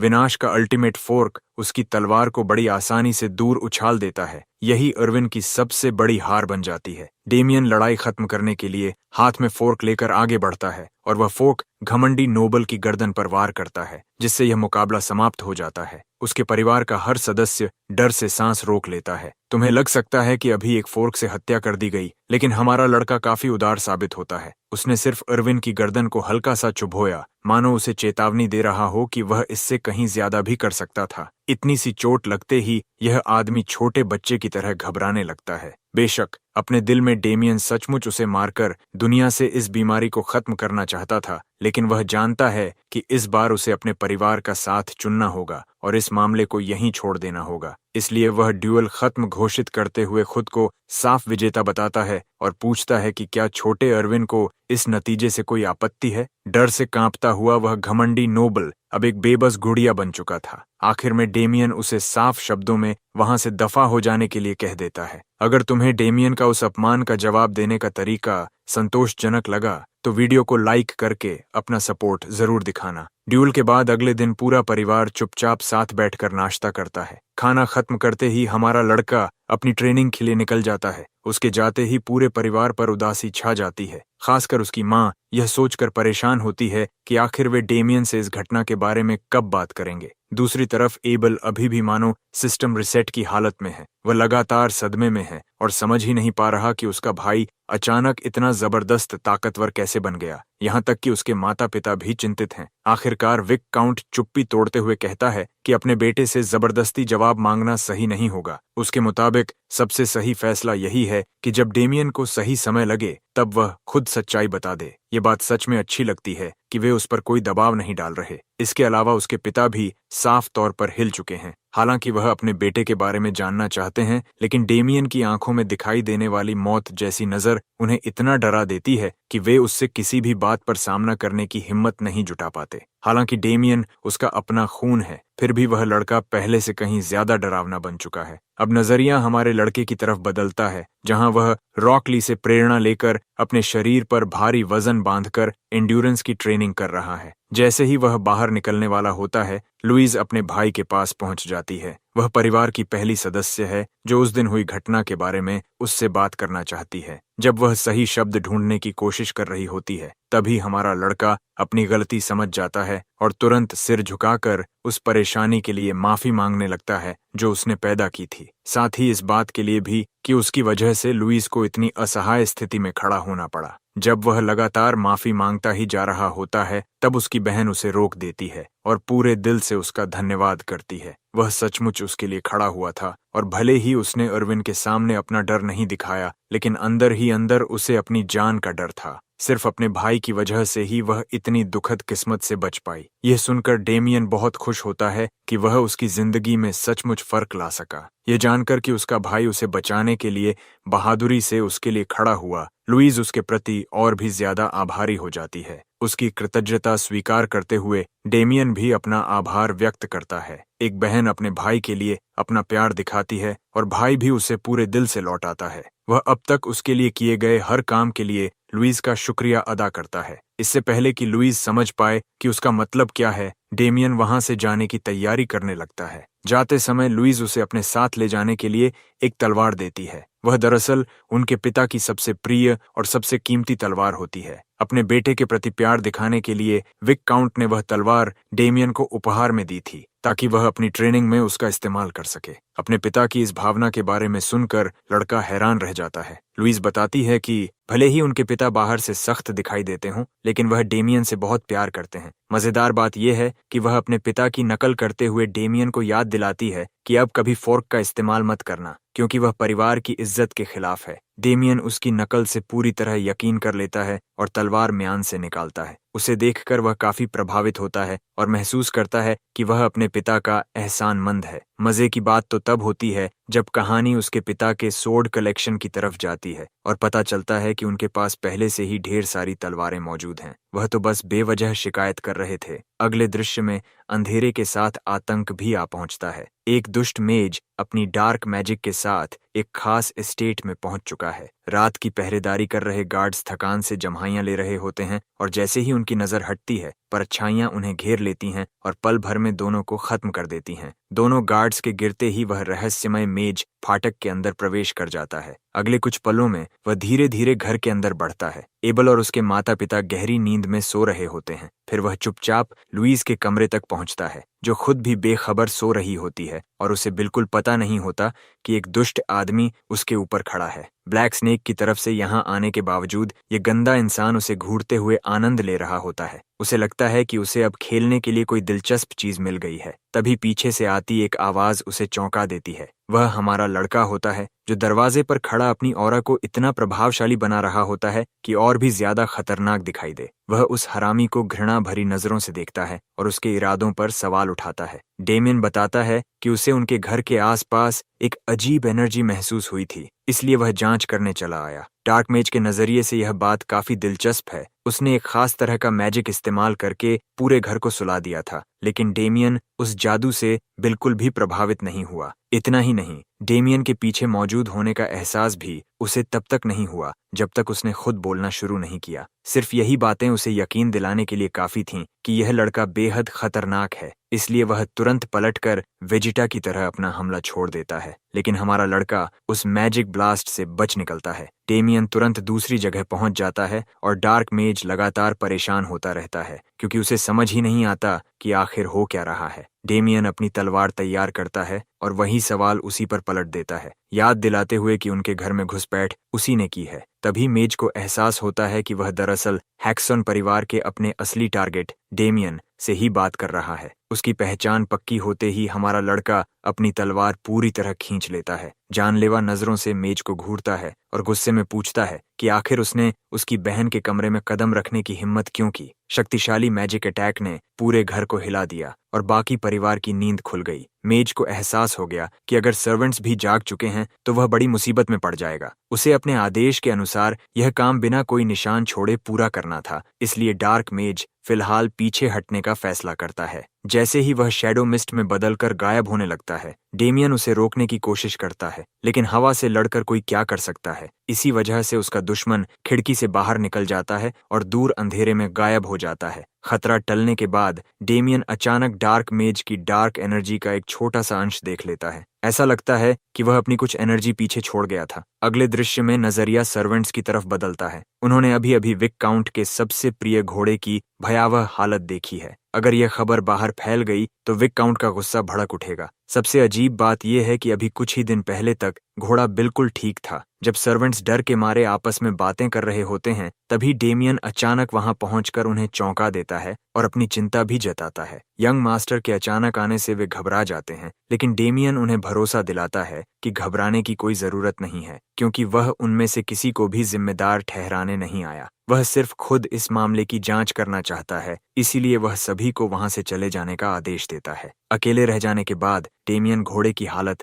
ध्यान से देखता है। पता चलता है कि उसी शैडो एनर्जी का निशान किसी तरह इस मरे हुए घोड़े से भी जुड़ा हुआ है। उसकी जांच से साफ हो जाता है कि यह भयानक एनर्जी सिग्नेचर दरअसल डार्क माना की मौजूदगी की पुष्टि करता है। इससे उसका यह शक भी पक्का हो जाता है कि पिछली रात जिस आदमी से उसका सामना हुआ था वह सचमुच एक डार्क मेज है जो ऐसे माना का इस्तेमाल करता है। अब डेमियन समझ जाता है कि उसके परिवार को अभी तक पिछली रात की घटना के बारे में कुछ भी पता नहीं है। दरअसल उसका उन्हें कुछ बताने का कोई इरादा भी नहीं है, क्योंकि इससे सिर्फ अफरा तफरी और चिंता बढ़ेगी। इसके बजाय वह हवा में फैले डार्क एनर्जी के उस निशान को घूरता है जो जंगल की ओर जाने वाला रास्ता बना रहा होता है। कुछ समय बाद कहानी डार्क मेज के हाइडआउट पर पहुंचती है। वह अपनी सारी कीमती चीजें वहीं छिपाकर बैठा होता है और किसी घटिया विलन की तरह खुद ही मुस्कुरा रहा होता है। वजह यह है कि सेड्रिक ने हाल ही में उसकी मांगी हुई सारी चीजें उसे भेज दी थीं। उसने ब्लैक स्नेक के लीडर से झूठ बोल दिया था कि यह सब किसी कर्स के लिए चाहिए, लेकिन उसे जितना सारा सामान मिला है उसे देखकर डार्क मेज खुश हो जाता है कि अब उसके एक्सपेरिमेंट्स लंबे समय तक चलते रहेंगे। उसी समय वह अपनी खुद की टैलेंट से भी निराश होता है। थोड़े से पैसे कमाने के लिए भी उसे ऐसे मामूली काम करने पड़ रहे हैं। फिर भी उसके पास और कोई रास्ता नहीं है, खासकर जब होली चर्च पहले से ही उसकी तलाश में लगी हुई है। उसके लिए सबसे जरूरी बात यही है कि वह लोगों की नजरों से दूर रहे, लेकिन उसका यह भ्रम ज्यादा देर नहीं टिकता, क्योंकि उसी डार्क एनर्जी के निशान का पीछा करते हुए हमारा लड़का सीधे उसके हाइडआउट तक पहुंच जाता है। इसे ऐसे समझो जैसे घर में घुसने का बदला लौटाने आया हो। डेमियन वहां की सड़ी हुई बदबू पर तंज कसता है। डार्क मेज अपनी आंखों पर यकीन नहीं कर पाता। विक काउंट का सबसे बड़ा बेटा, वही लड़का जिससे वह कल लड़ा था, अब उसके दरवाजे पर खड़ा है। उसे सबसे ज्यादा यह बात परेशान करती है कि डेमियन उसके गुप्त हाइडआउट तक कैसे पहुंच गया। डार्क मेज बताता है कि उसने ब्लैक स्नेक के लोगों के खिलाफ खड़े होने वाले उस नोबल की अफवाहें पहले ही सुन रखी थीं, लेकिन अब उसे सामने देखकर वह समझ गया कि डेमियन लोगों की सोच से कहीं ज्यादा ताकतवर है। यंग मास्टर भी खुश होता है कि उसका अंदाजा सही निकला और डार्क मेज का संबंध उस दुष्ट संगठन से सचमुच है। डार्क मेज इस बात की पुष्टि करते हुए बताता है कि उनके समझौते का एक हिस्सा यह भी है कि डेमियन को बेहद दर्दनाक मौत दी जाए। ये सुनकर डेमियन हंस पड़ता है और ऐलान करता है कि अब होने वाला सिर्फ इतना है कि ऐसा काम स्वीकार करने की कीमत मेज अपनी जान देकर चुकाएगा। उसकी यह बात सुनकर मेज जोर से हंसता है, अपना खतरनाक स्वभाव दिखाते हुए अपने शिकार के भ्रम का मजा लेता है। वह डेमियन को पकड़कर अपने सबसे बेहतरीन एक्सपेरिमेंटल पेट में बदलने का इरादा रखता है। दोनों आमने सामने खड़े होते हैं। डेमियन अपनी तलवार तैयार करता है और मेज से कहता है कि ऐसा कभी नहीं होगा, क्योंकि इस जिंदगी में उसने खुद से वादा किया है कि वह किसी की जान तभी लेगा जब उसके अलावा कोई दूसरा रास्ता बिल्कुल भी नहीं बचेगा। लेकिन उसके नियम का इकलौता अपवाद ऐसे लोग हैं जो डार्क मेज जैसे घिनौने हों, जो गंदगी और घृणा की जीती जागती मिसाल हैं। डेमियन ऐसे लोगों को दुनिया से मिटा देने में बिल्कुल भी हिचकिचाता नहीं। डार्क मेज एक बार फिर लड़के के ज्ञान पर हैरान रह जाता है, लेकिन उसे लगता है कि यह सब बेकार है और वह उस पर कई मैजिक सर्कल अटैक्स छोड़ देता है। वह किसी भी कीमत पर वाइकाउंट के बेटे को भागने नहीं देना चाहता, लेकिन खुशकिस्मती से डेमियन की भी भागने की कोई मंशा नहीं है। बेहद शानदार अंदाज में वह बिजली जैसी तेज लंच के साथ आगे बढ़ता है और एक सटीक अपवर्ड स्लैश मारकर अपने विरोधी को दो हिस्सों में काट देता है। बीमारियों को मारना आसान नहीं होता और ठीक किसी भयानक बीमारी की तरह यह आदमी भी मरने वाला नहीं था। दो टुकड़ों में कटने के बावजूद उसका शरीर शैडोज में बिखर जाता है और फिर दोबारा पहले जैसा जुड़ जाता है। डेमियन तुरंत समझ जाता है कि उसका विरोधी वही एबिलिटी इस्तेमाल कर रहा है जो उसने स्टेट में दिखाई थी, और यह भी कि किसी को मारने जैसा छोटा रिक्वेस्ट लेने के बावजूद यह आदमी वाकई बेहद ताकतवर है। डार्क मेज पागलों की तरह हंसते हुए अपनी जीत तय मान लेता है और दावा करता है कि सामान्य तरीकों से उसे काटा ही नहीं जा सकता। इसीलिए ऐसे कीड़े से निपटने के लिए डेमियन पूरी ताकत झोंक देता है और उस पर अनगिनत वार करता है ताकि उसका कुछ भी बाकी न बचे। लेकिन इतनी कोशिश के बाद भी उसके विरोधी का शरीर आसानी से फिर से जुड़ जाता है। डार्क मेज मानता है कि उसका सामना किसी शक्तिशाली इंसान से है, लेकिन वह साफ कह देता है कि जिस पल डेमियन उसके हाइडआउट में दाखिल हुआ था उसी पल उसने अपनी किस्मत खुद सील कर दी थी। किस्मत सील करने की बात करते ही वह वही हमला इस्तेमाल करता है जो उसने टेड पर किया था। वह डेमियन को वहीं जकड़ देता है और अपने छोटे छोटे मौत के दानवों को उसे निगल जाने के लिए छोड़ देता है। असल में डार्क मेज जानता था कि चर्च उसके पीछे लगी हुई है, इसलिए उसने पहले से ही एडवांस्ड स्पेल्स के साथ अपनी सारी तैयारियां कर रखी थीं। हालात अब बेहद तनावपूर्ण हो चुके थे। डेमियन भी अपनी स्थिति देखकर पूरी तरह सतर्क हो जाता है। मेज विजयी मुस्कान के साथ हंसता है और अपने विरोधी के अंत का मजाक उड़ाते हुए कहता है कि यूलान रैंक के एक ऑफिसर को चुनौती देने का उसे पछतावा होगा। डेमियन के जकड़े होने के बाद डार्क क्रीचर्स उसे पूरी तरह निगलने से बस कुछ ही पल दूर थे और उसका अंत अप्रेंटिस नाइट जैसा होने वाला था। अंधेरे की लताएं अपने शिकार को पूरी तरह लपेटने लगती हैं। ऐसा लगता है जैसे कोई मकड़ी अपने शिकार को जाल में फंसाकर पूरी तरह बांध रही हो। डार्क मेज फिर से अपने वास्तविक रूप में लौटता है और डेमियन को उसकी लापरवाही के लिए घमंडी कहता है। उसे सेड्रिक का आदेश भी याद आता है कि उसके निशाने को जितना हो सके उतनी पीड़ा दी जाए, और वह खुश होता है कि अब वह उसे लंबे समय तक यातनाएं देगा। इतना ही नहीं, ये कमीना खुशी मनाने लगता है कि अब वह डेमियन के घर में देखी गई उस खूबसूरत लड़की का बिना किसी रुकावट के मजा ले सकेगा। लेकिन तभी डेमियन उसे एक छोटा सा चौंकाने वाला जवाब देता है। वह उसी डीकम्पोजिंग कर्स स्पेल को तोड़ देता है जो डार्क मेज ने अभी अभी उस पर इस्तेमाल किया था। डार्क मेज पूरी तरह स्तब्ध रह जाता है और निराशा से पूछता है कि उसका शिकार आखिर इस कर्स से प्रभावित कैसे नहीं हुआ। डार्क मैजिक की जानकारी के बिना उस कर्स को तोड़ना असंभव था, और यही ज्ञान डेमियन के पास था। लेकिन असली बात यह है कि डेमियन खुद भी अपने के पर हैरान था। ऐसा लगता है कि उसकी रिग्रेशन पावर सक्रिय हो गई थी, क्योंकि उसके शरीर पर अथॉरिटी इंसिग्निया जाग गया था, जबकि अतीत के इस समय तक उसके पास ये होना ही नहीं चाहिए था। अब बात करते हैं कि अथॉरिटी आखिर होती क्या है। इस दुनिया में इसे भगवान की वह शक्ति माना जाता है जो मॉर्टल्स को प्रदान की जाती है। इस मामले में डॉर्गो ने अपने डेथ नाइट को इतना पसंद किया कि उसने अपनी सबसे शक्तिशाली मैजिक उसमें भर दी और उसे उसके साथ बांध दिया। लेकिन उसे इंडिस्ट्रक्टिबल मैजिक और अपार शक्ति देने के बाद भी डॉर्गो संतुष्ट नहीं हुआ। वह अपने डेथ नाइट, अपने परम सेवक और ईविल की तलवार से और भी अधिक चाहता था। इसलिए उसने अपना ही हाथ चीर दिया और अपनी डार्क पावर का एक हिस्सा मुक्त कर दिया, जिससे डेथ नाइट एक अल्टीमेट वेपन में बदल गया। डार्क माना का विशाल स्तंभ डेथ नाइट पर उमड़ पड़ा। डॉर्गो ने अपनी अथॉरिटी उस पर थोप दी और अंतिम हैंड साइन के साथ पूरी शक्ति डेमियन के शरीर में प्रवाहित कर दी, जिससे उसके हाथ पर एक इंसिग्निया उभर आया। उस दुष्ट शक्ति ने उसके पूरे शरीर को चीर डाला और उसे ऐसी पीड़ा दी जैसी उसने पहले कभी महसूस नहीं की थी। लेकिन यह प्रक्रिया पूरी होने तक डेथ नाइट एक ऐसे स्तर पर पहुंच चुका था जहां उसे रोक पाना लगभग असंभव था। उसे गॉड की अथॉरिटी प्राप्त हो चुकी थी और वह ऐसी शक्ति बन गया था जिससे टकराना किसी के बस की बात नहीं थी। साइड नोट, अब मुझे धीरे धीरे समझ आने लगा है कि आखिर डॉर्गो का इतना बुरा हाल क्यों हुआ। उसने सचमुच अपने डेथ नाइट को एक मिनी न्यूक्लियर वेपन बना दिया था और फिर भी सोच रहा था कि सब कुछ ठीक रहेगा। वर्तमान में लौटते हुए डेमियन को अथॉरिटी ऑफ ग्रीड का निशान याद आता है। यह वही शक्ति थी जो उसके डेथ नाइट होने के समय की थी और अब फिर से जाग उठी थी। इससे पहले कि वह इसे पूरी तरह समझ पाता, उसकी ओर एक और मैजिक ब्लास्ट आता है जिसे वह तुरंत बचकर टाल देता है। डार्क मेज उससे सीधा सवाल करता है कि आखिर वह उसके डिकम्पोजिशन स्पेल से जिंदा कैसे बच गया। डेमियन शांत होकर जवाब देता है कि उसके पास एक ट्रम्प कार्ड था, इसलिए वह बच गया। सबसे भरोसेमंद जवाब तो यही है कि यह प्लॉट आर्मर की ताकत थी, और ऑथर भी यही बात साफ तौर पर दिखाता है।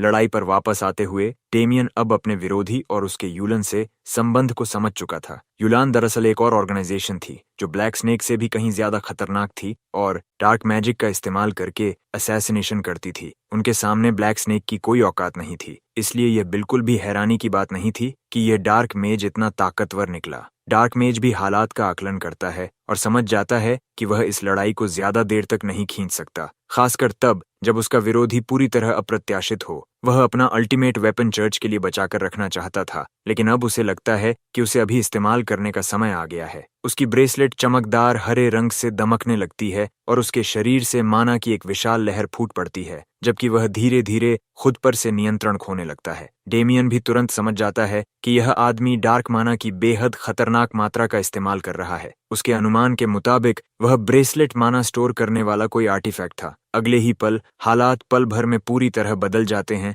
जब वह अपनी पूरी ताकत छोड़ देता है। वह एक इल्यूजरी बीस्ट को बुलाता है जिसकी शक्ल इतनी अजीब थी कि उसका वर्णन करना भी मुश्किल था। फिलहाल उसे अगली 5 आइज कहना ही बेहतर होगा। पूरी तरह नियंत्रण खो देने के बाद डार्क मेज गरजते हुए डेमियन की मौत की घोषणा करता है और कहता है कि वह हेलफायर में जलकर खत्म होगा। विनाश का वह दैत्य पूरी ताकत से डेमियन पर हमला करता है और उसका वार सीधे उसके शरीर पर लगता है। इतना सीधा हमला देखकर डार्क मेज एक बार फिर अपनी जीत तय मान लेता है। आखिर ऐसी हेलफायर से भला कोई इंसान कैसे बच सकता था? हेलफायर ऐसी शक्ति थी जिसे मौत के बाद भी मिटाया नहीं जा सकता था। लेकिन एक बार फिर प्लॉट आर्मर अपना काम करता है और डेमियन बिना किसी परेशानी के उन हरी लपटों के बीच से बाहर निकल आता है, यह बताते हुए कि डार्क मेज ने बहुत बड़ी गलती की है। अथॉरिटी ऑफ ग्रीड की असली ताकत यह थी कि वह डार्क मैजिक को खत्म नहीं करती, बल्कि उसे अपने अंदर समा लेती है। डेमियन पूरी तरह सुरक्षित खड़ा रहता है, जबकि वही हेलफायर उसके शरीर में समा जाती है। अब वह पहले से कहीं ज्यादा शक्तिशाली बन चुका था और खुलासा करता है कि उसकी अथॉरिटी का काम हर तरह की डार्क मैजिक को अब्जॉर्ब करना है। डार्क मेज पूरी तरह स्तब्ध रह जाता है और समझ नहीं पाता कि एक वाइकाउंट के बेटे के पास इतनी भयावह अथॉरिटी की शक्ति कैसे हो सकती है। अब इस लड़ाई को खत्म करने का समय आ चुका था। डेमियन अपनी तलवार तैयार करते हुए कहता है कि उसे किसी मरे हुए आदमी को कुछ भी समझाने की जरूरत नहीं है, लेकिन अंदर ही अंदर वह बेहद गुस्से में था कि उसे यह लड़ाई जीतने के लिए अपनी डार्क पावर्स पर निर्भर होना पड़ रहा था। फिर भी उसके पास कोई और विकल्प नहीं था, इसलिए उसे डेथ नाइट की टेक्निक्स का सहारा लेना ही पड़ा। डार्क मेज की आंखें फैल जाती हैं जब वह ऑरा ब्लेड को देखता है। डेमियन की तलवार काली ऑरा से ढकी हुई थी और यह कोई साधारण सोर्ड टेक्निक नहीं थी। ये वह कला थी जिसे केवल सोर्ड मास्टर रैंक का वॉरियर ही हासिल कर सकता था। इससे पहले कि डार्क मेज अपनी उलझन जाहिर कर पाता, डेमियन अपनी ultimate technique soul severing slash का इस्तेमाल करता है। एक ही वार में वह अपने विरोधी के शरीर को साफ 2 हिस्सों में चीर देता है और पूरी गुफा में एक विशाल दरार छोड़ देता है। उसकी तलवार की ताकत से पूरी गुफा हिलने लगती है और डेमियन अपने घायल शिकार को घूरता रहता है। वह हमला इतना शक्तिशाली था कि उसने डार्क मेज को चीरने के साथ साथ उसके पीछे खड़े पूरे पहाड़ तक को काट दिया। बिना एक पल रुके डेमियन गिरे हुए डार्क मेज के पास पहुंचता है, अपनी तलवार से उसे जमीन पर दबा देता है और डार्क स्नेक के हाइडआउट का स्थान बताने की मांग करता है। अगली सुबह डेमियन विक्टर के साथ लैंडवर्क सिटी की ओर रवाना होता है। मोटा विक्टर उनकी इस यात्रा की वजह पूछता है, लेकिन डेमियन ज्यादा सवाल करने पर उसे तुरंत चुप करा देता है। अपनी जिज्ञासा दूसरी ओर मोड़ते हुए विक्टर की नजर उस डार्क बुक पर पड़ती है जिसे डेमियन पढ़ रहा था। डेमियन दावा करता है कि यह डार्क मैजिक का एक ग्रिमवार है जो उसे हाल ही में मिला है, जबकि सच्चाई ये थी कि यह वही ग्रिमवार था जो उसे मारे गए डार्क मेज से मिला था। विक्टर को उसकी बात पर भरोसा नहीं होता, क्योंकि ऐसे ग्रिमवार बेहद दुर्लभ होते हैं और उन्हें हासिल करना लगभग असंभव माना जाता है। लेकिन वह कुछ और कह पाता, उससे पहले ही उसका ध्यान उस बोरे से आती एक अजीब और बेहद बदबूदार गंध की ओर चला जाता है जिसे डेमियन अपने साथ लेकर चल रहा था। कुछ ही देर में वे मार्केट पहुंच जाते हैं, जहां डेमियन वह बोरा विक्टर को थमाते हुए बिल्कुल सामान्य अंदाज में कहता है कि उसके अंदर एक इंसान का सिर है। विक्टर उसकी बात मानने से इनकार कर देता है और खुद बोरा खोलता है, लेकिन अंदर उसे एक बेजान आंख अपनी ओर घूरती हुई दिखाई देती है। घबराकर वह जोर से चीख पड़ता है, बोरे को दूर फेंक देता है और बुरी तरह कांपते हुए तेज तेज सांस लेने लगता है। जब वह डेमियन से इसका कारण पूछता है तो डेमियन उससे पहले उस सिर और उस किताब को पहुंचाने के लिए कहता है। वह वादा करता है कि उसके बाद सब कुछ समझा देगा। लगभग डर के मारे बेहाल हो चुका विक्टर आखिरकार उसकी बात मान लेता है। कुछ समय बाद डेमियन डार्क स्नेक हेडक्वार्टर्स के मुख्य द्वार पर पहुंचता है और पूरे आत्मविश्वास के साथ अपना परिचय देता है। शुरुआत में गार्ड्स हैक्सन नाम को गंभीरता से नहीं लेते, लेकिन जैसे ही उन्हें एहसास होता है कि यही वह लड़का है जिसके बारे में उनके बॉस ने उन्हें पहले से चेतावनी दी थी, उनका रवैया बदल जाता है। डेमियन भी समझ जाता है कि वे पहले से उसे पहचानते हैं और उन पर दबाव डालता है कि उसे अंदर जाने दिया जाए। विक्टर की हैरानी के बीच गार्ड्स उसकी बात मान लेते हैं,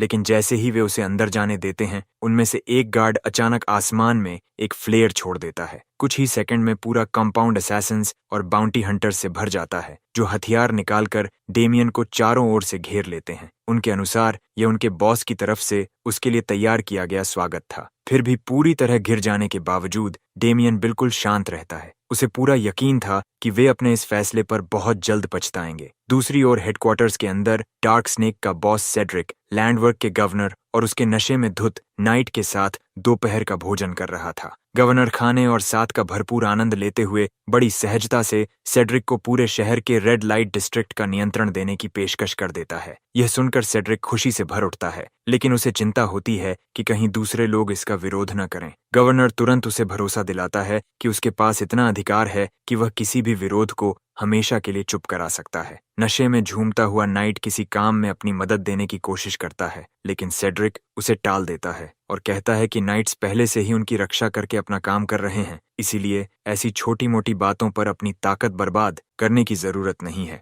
यह सुनकर नाइट थोड़ा असहज हो जाता है और वह तथा गवर्नर दोनों ऐसे दिखाई देते हैं जैसे सेड्रिक जो भी कहे वे वही करेंगे। सेड्रिक भी उनके साथ खेलता रहता है और उन्हें पूरी तरह अपने नियंत्रण में रखता है। असलियत यह थी कि कि वह सिर्फ इसीलिए उनका मनोरंजन कर रहा था ताकि भविष्य में उसे उनकी शक्ति के सामने झुकना न पड़े। उसकी महत्वाकांक्षा केवल एक डिस्ट्रिक्ट तक सीमित नहीं थी, उसका असली लक्ष्य पूरे शहर पर कब्जा करना था। तभी उनके आदमियों में से एक घबराया हुआ अंदर घुसता है और तुरंत सेड्रिक को बाहर बुलाता है। साफ तौर पर परेशान होने के बावजूद सेड्रिक उसके साथ बाहर चला जाता है। जैसे ही वह आदमी बताता है कि बाहर डेमियन आया हुआ है, सेड्रिक उसका नाम इतनी जोर से चिल्लाता है कि दूसरे कमरे में बैठा गवर्नर भी सुन लेता है। वह गुस्से से भर उठता है और समझ जाता है कि जिस डार्क मेज पर उसने भरोसा किया था वह पूरी तरह नाकाम साबित हुआ। फिर भी सेड्रिक अपने आदमी को शांत रहने के लिए कहता है और दावा करता है कि चिंता करने की कोई जरूरत नहीं है। उसकी नजर में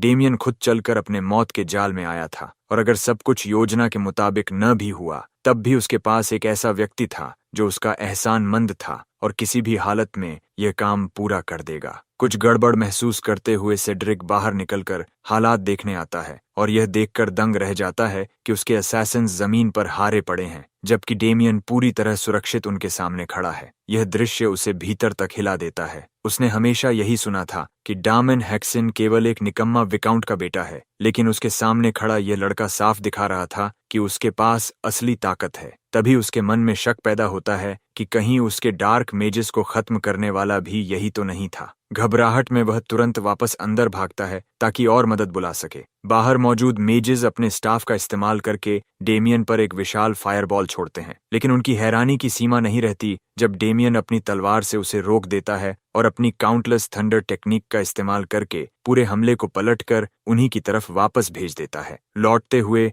फायरबॉल्स भयानक धमाकों के साथ फटते हैं और सभी मेजेस को जलाकर काली लाशों में बदल देते हैं। ऐसा लगता है कि सभी दुश्मन खत्म हो चुके हैं। तभी डेमियन अचानक अपने पीछे से किसी की मौजूदगी महसूस करता है। वह समय रहते मुड़ जाता है और बेहद विनाशकारी सोर्ड स्ट्राइक से बाल बाल बच जाता है। वह वार जमीन पर गिरते ही एक भयंकर शॉक वेव पैदा कर देता है। सीधे वार से बचने के बावजूद डेमियन उस व्यक्ति की दबाव भरी ऑरा को साफ महसूस करता है। वह इतनी प्रबल थी कि उसके बालों के सिरे तक झुलस जाते हैं। धूल छटने के बाद उसके सामने एक नाइट खड़ा दिखाई देता है, जिसके पूरे शरीर से घातक इरादे झलक रहे थे। उसकी ऑरा ही बता रही थी कि यह आदमी शायद फॉर्मरली रैंक्ड नाइट था। कुछ ही देर में और सोल्जर्स वहां पहुंच जाते हैं और डेमियन को चारों ओर से घेर लेते हैं। यह दृश्य देखकर डेमियन समझ जाता है कि ये साधारण मर्सनरीज नहीं है, ये शहर में कानून व्यवस्था बनाए रखने वाली आधिकारिक ट्रूप्स थीं। उसी पल उसे एहसास हो जाता है कि इसका असली मतलब क्या था। कुछ ही क्षण बाद गवर्नर वहां पहुंचता है और शहर के बीचों बीच शांति भंग करने का आरोप लगाते हुए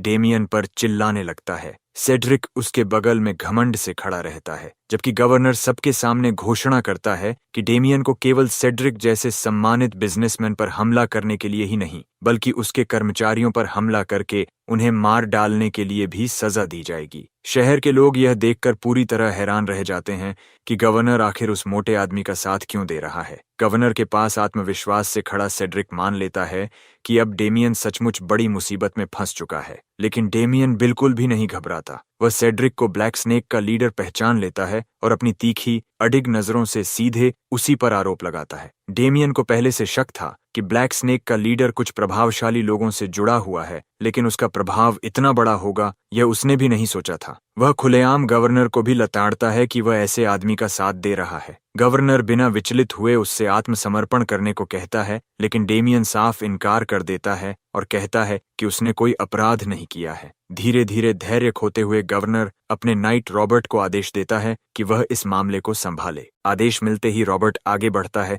और डेमियन से बिना विरोध किए गिरफ्तार होने को कहता है, लेकिन उसकी हैरानी का ठिकाना नहीं रहता जब उसे डेमियन की आंखों में डर की एक झलक भी दिखाई नहीं देती। इसे घमंड समझकर रॉबर्ट बिजली की गति से अपनी तलवार चलाता है। डेमियन बाल बाल बच जाता है और तलवार का वार जमीन पर गिरकर पत्थरों के टुकड़े चारों ओर उड़ा देता है। डेमियन जानता था कि उसने रॉबर्ट को भड़का दिया है, लेकिन वह यह भी समझ रहा था कि यह लड़ाई बिल्कुल आसान नहीं होगी। वह खुद को संभालने की कोशिश करता है, लेकिन रॉबर्ट का एक जबरदस्त वार उसे दूर उड़ा देता है। डेमियन अपने पैरों पर उतरने में सफल तो हो जाता है, मगर वार की ताकत उसे अंदर तक हिला देती है, जबकि उसने उसे रोकने की पूरी कोशिश की थी। लड़ाई जारी रहती है और डेमियन मन ही मन किसी के आने का इंतजार करता रहता है। लेकिन रॉबर्ट उसे जरा भी मौका नहीं देता। वह लगातार तेजी से हमला करता है और अपनी विशाल एक्स पूरी ताकत से घुमाता रहता है। जैसे ही वह एक्स डेमियन पर गिरने वाली होती है, अचानक कोई उनके बीच कूद पड़ता है और उस हमले को रोक देता है। टक्कर इतनी भयानक होती है कि रॉबर्ट की एक्स उसके हाथ से छूटकर दूर जा गिरती है। स्तब्ध होकर रॉबर्ट पूछता है कि सामने कौन है। जैसे ही वह व्यक्ति अपना चेहरा दिखाता है, वहां मौजूद हर कोई हैरान रह जाता है। सामने एक मसल मॉमी पैलेडिन खड़ी थी। डेमियन राहत की सांस लेता है, जिसकी उसे प्रतीक्षा थी। वह मदद आखिर पहुंच चुकी थी और यह सब विक्टर की वजह से हुआ था। सेड्रिक तुरंत समझ जाता है कि अगर पैलेडिन यहां आ गई है तो इसका मतलब चर्च भी अब इस मामले में शामिल हो चुका है और शायद उन्हें डार्क मेज तथा हाल की घटनाओं के बीच का संबंध भी पता चल चुका है। दरअसल डेमियन ने विक्टर को डार्क मेज का कटा हुआ सिर चर्च पहुंचाने के लिए भेजा था और विक्टर ने ठीक वैसा ही किया जैसा उसे कहा गया था। उसी की वजह से डेमियन की जान बच गई। कुछ घंटे पहले विक्टर पसीने से लथपथ हालत में चर्च पहुंचा था। उसके हाथ में वही बोरा और वही किताब थी जो डेमियन ने उसे दी थी। उसने दोनों चीजें एक नन को सौंपते हुए कहा कि यह किसी ऐसे व्यक्ति के सबूत हैं जो डार्क मेजेस के साथ मिलकर काम कर रहा था। जैसे ही नन ने उस किताब को देखा, उसे उसमें से निकल रही डार्क एनर्जी तुरंत महसूस हो गई। किताब के अंदर बना सिंबल देखते ही उसके चेहरे का रंग बदल गया। बिना कुछ कहे उसने विक्टर के हाथ से बोरा छीन लिया और जैसे ही उसने उसके अंदर रखा कटा हुआ सिर देखा, वह तुरंत पहचान गई कि यह यूलॉन के उस ऑफिसर का सिर था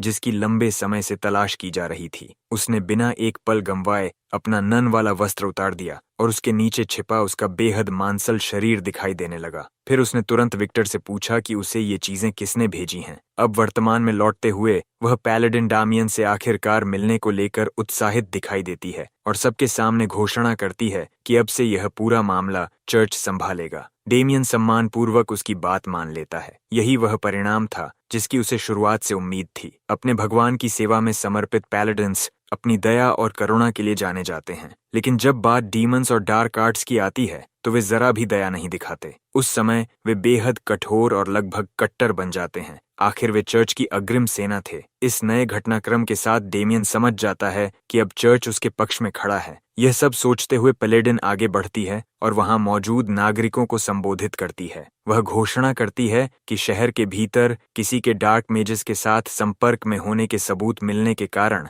चर्च इस पूरे मामले की पूरी जांच करेगा। तब तक शहर का नियंत्रण चर्च अपने हाथ में लेगा। गवर्नर को यह बात बिल्कुल पसंद नहीं आती, क्योंकि किंगडम ने इस शहर को स्वयं शासन करने का अधिकार दे रखा था। लेकिन पैलेडिन तुरंत उसे रोक देती है और दृढ़ता से कहती है कि चर्च के पास किंगडम के फैसलों को भी पलटने का अधिकार है। इतना ही नहीं, गवर्नर और उसका नाइट दोनों ही इस मामले के मुख्य संदिग्ध हैं। यह सुनते ही दोनों स्तब्ध रह जाते हैं। लेकिन असली झटका तब लगता है जब पैलेडिन सीधे सेड्रिक की ओर इशारा करते हुए आरोप लगाती है कि उन्होंने उस व्यक्ति की रक्षा की जिसने डार्क मेजेस की मदद की और उन्हें अपने बीच छिपा कर रखा। पूछताछ होने पर सेड्रिक तुरंत इन आरोपों से इनकार कर देता है, लेकिन पैलेडिन सबूत के तौर पर वह बुक सामने रखती है। उसमें विस्तार से दर्ज था कि सेड्रिक ने डार्क मेज के लिए जरूरी सामान खरीदा था। यह देखकर सेड्रिक गुस्से से आग बबूला हो जाता है कि डार्क मेज ने हर लेन देन का रिकॉर्ड लिख कर रखा था। जैसे ही सोल्जर्स सेड्रिक के खिलाफ हो जाते हैं, वह और उसके आदमी अपनी बेगुनाही की भीख मांगने लगते हैं, लेकिन अब बहुत देर हो चुकी थी। पैलेडिन आदेश देती है कि जांच के लिए उन सभी को हिरासत में लिया जाए। जब उन्हें ले जाया जा रहा होता है, गवर्नर की नजर डेमियन पर पड़ती है और उसे समझ आ जाता है कि यह सब उसी की योजना थी। अब उसके मन में एक साथ गुस्सा और डर दोनों भर जाते हैं। उसे समझ नहीं आता कि चर्च अब उसके साथ क्या करेगा। इसी बीच सेड्रिक आखिरी बार बच निकलने की कोशिश करता है। वह गवर्नर के नाइट को भड़काता है और कहता है कि वह कार्रवाई करे और किसी साधारण लड़के को उन्हें फंसाने न दे। नाइट कुछ पल सोचता है और फिर सबको चौंकाते हुए चर्च के गार्ड्स की पकड़ से छूट जाता है। वह सीधे पैलेडिन पर हमला कर देता है ताकि उसे हराकर वहां से भाग सके, लेकिन उसका वार पूरी तरह खाली चला जाता है। अगले ही पल पैलेडिन बिजली जैसी तेजी से पलटवार करती है और उसके पेट पर इतना भयानक मुक्का मारती है कि वह उसी जगह मर जाता है। पैलेडिन के अनुसार जो भी भगवान के मार्ग में बाधा बनेगा उसे डिवाइन विल के अनुसार दंड मिलेगा।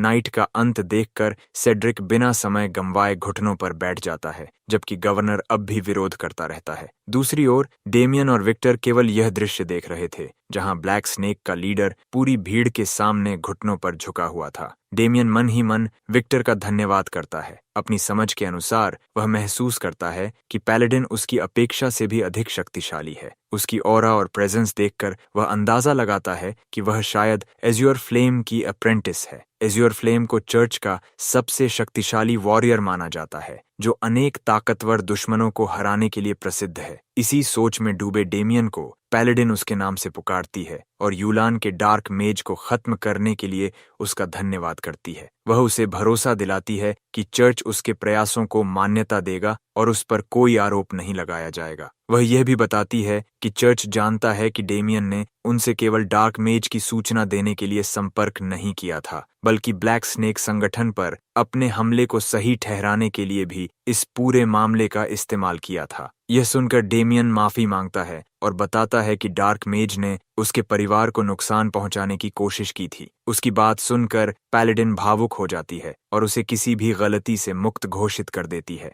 वह यह भी पुष्टि करती है कि डार्क मेज के सिर पर रखा गया 1000 गोल्ड कॉइन्स का इनाम उसे दिया जाएगा। इतनी बड़ी रकम से एक छोटा कास्टल खरीदा जा सकता था, लेकिन डेमियन गोल्ड नहीं मांगता। उसकी जगह वह चर्च की माना कल्टीवेशन टेक्निक में से एक मांगता है। यह अनुरोध सुनकर पैलेडिन सचमुच हैरान रह जाती है। इतनी शक्ति रखने के बावजूद डेमियन अभी भी उन्नत प्रशिक्षण चाहता था, लेकिन डेमियन सच्चाई जानता था। उसने अथॉरिटी स्किल की मदद से डार्क मेज को तो हरा दिया था, मगर भविष्य में आने वाली कठिन परीक्षाओं से बचने के लिए उसे और अधिक शक्तिशाली बनना ही होगा। इसी कारण उसे पैलेडिन्स द्वारा इस्तेमाल की जाने वाली एडवांस्ड माना ट्रेनिंग टेक्निक की जरूरत थी। वह बताता है कि अभी तक उसने उसका केवल बेसिक लेवल ही सीखा है और अब वह उसके एडवांस्ड स्टेज में महारत हासिल करना चाहता है। यह सुनकर पैलेडिन और भी चौंक जाती है। केवल बेसिक टेक्निक के सहारे इतनी ताकत हासिल करना लगभग असंभव माना जाता था। वह डेमियन के शरीर से निकलती विशाल ऑरा को साफ महसूस कर सकती थी और यह तथ्य कि उसने अकेले एक डार्क मेज को हरा दिया था उसकी प्रतिभा को और भी असाधारण बना देता था। उसकी क्षमता से प्रभावित होकर पैलेडिन उसे केवल ट्रेनिंग टेक्निक ही नहीं बल्कि उससे भी बड़ा प्रस्ताव देती है। वह पूरे उत्साह के साथ डेमियन को स्वयं पैलेडिन बनने का निमंत्रण देती है, लेकिन उसकी निराशा के लिए डेमियन विनम्रता से यह प्रस्ताव ठुकरा देता है। पैलेडिन समझ ही नहीं पाती कि कोई इतना सम्मानित पद कैसे ठुकरा सकता है, जबकि यह भगवान की सेवा के लिए चुने गए कुछ विशेष लोगों को ही दिया जाने वाला महान सम्मान था। वह समझाती है कि यह उपाधि पाना बेहद कठिन होता है, लेकिन डेमियन न तो विशेष रूप से धार्मिक था और न ही वह चर्च का मोहरा बनना चाहता था। जाहिर है वह यह बात खुलकर नहीं कह सकता था, इसलिए वह केवल इतना कहता है कि वह इस सम्मान के योग्य नहीं है। फिलहाल वह झूठ बोलते हुए दावा करता है कि वह केवल एक विनम्र डिवोटी की तरह सत्य की खोज में पूरी दुनिया की यात्रा करना चाहता है। विक्टर यह देखकर दंग रह जाता है कि यह अभिनय पूरी तरह सफल हो गया। पैलेडिन सचमुच डेमियन की विनम्रता से प्रभावित हो जाती है। उसकी बातों से प्रभावित होकर एग्नेस उसे मना टेक्निक सीखने की अनुमति देने के लिए तैयार हो जाती है और मुस्कुराते हुए कहती है कि वह जब चाहे चर्च आ सकता है। इसके बाद वह अपना परिचय देते हुए बताती है कि उसका नाम एग्नेस है और वह एज्योर फ्लेम की पहली अप्रेंटिस है। डेमियन सम्मान पूर्वक उसका नाम स्वीकार करता है और फिर उससे एक आखिरी काम करने की अनुमति मांगता है। एग्नेस पहले थोड़ा हैरान होती है, लेकिन अगले ही पल वह देखती है कि डेमियन सीधे सेड्रिक के पास जाता है और बिना किसी झिझक के उसके मुंह पर जोरदार मुक्का मार देता है। इसके तुरंत बाद वह उसे इतनी ताकत से लात मारता है कि सेड्रिक उड़ता हुआ सड़क के दूसरी तरफ जा गिरता है। तभी जाकर डेमियन के मन को सच्ची तसल्ली मिलती है। इस तरह वह और विक्टर ठीक वही हासिल कर चुके थे जिसके लिए वे यहाँ आए थे। उधर लायन ब्लूम फैमिली एस्टेट में अर्विन का पिता घटना की खबर मिलते ही भागता हुआ अपने बेटे के पास पहुंचता है। डर से कांपता हुआ अर्विन दावा करता है कि डेमियन ने उसे फोक से मारने की कोशिश की थी। ये सुनते ही उसका पिता गुस्से से आग बबूला हो जाता है। वह गरज कर पूछता है कि आखिर किसकी इतनी हिम्मत हुई कि उसके बेटे पर हाथ उठाए। गार्ड्स जब बताते हैं कि वह हाउस हैक्सॉन का डेमियन था तो उसका गुस्सा और बढ़ जाता है। उसके लिए यह बात असहनीय थी कि डेमियन जैसा उसके हिसाब से नीच इंसान चालाकी भरे तरीकों से उसके बेटे को हरा दे। वह गुस्से में कमरे का फर्नीचर तोड़ना शुरू कर देता है। बदले की आग में जलते हुए वह अपने आदमियों को आदेश देता है कि डेमियन को किसी कुत्ते की तरह घसीटकर तुरंत उसके सामने लाया जाए। इसी दौरान हैक्सन परिवार के घर पर पैलेडिन एग्नेस अपने साथियों के साथ पहुंचती है और डेमियन के पिता का अभिवादन करती है। उन्हें देखते ही डेमियन के पिता नाराज हो जाते हैं। उन्हें गुस्सा आता है कि उनका बेटा न सिर्फ मुसीबत खड़ी करके आया, बल्कि उनके हिसाब से पागलों का एक पूरा झुंड भी घर ले आया। एग्नेस पूरी विनम्रता से बताती है कि उनका आना एक हेरेटिक की जांच से जुड़ा हुआ है। नाराज होने के बावजूद डेमियन के पिता को चिंता होने लगती है कि उनका घर 4 अतिरिक्त मेहमानों को कैसे ठहराएगा। लेकिन जैसे ही एग्नेस कुछ गोल्ड देने की पेशकश करती है, उनका घर मानो जादुई तरीके से अचानक बड़ा हो जाता है।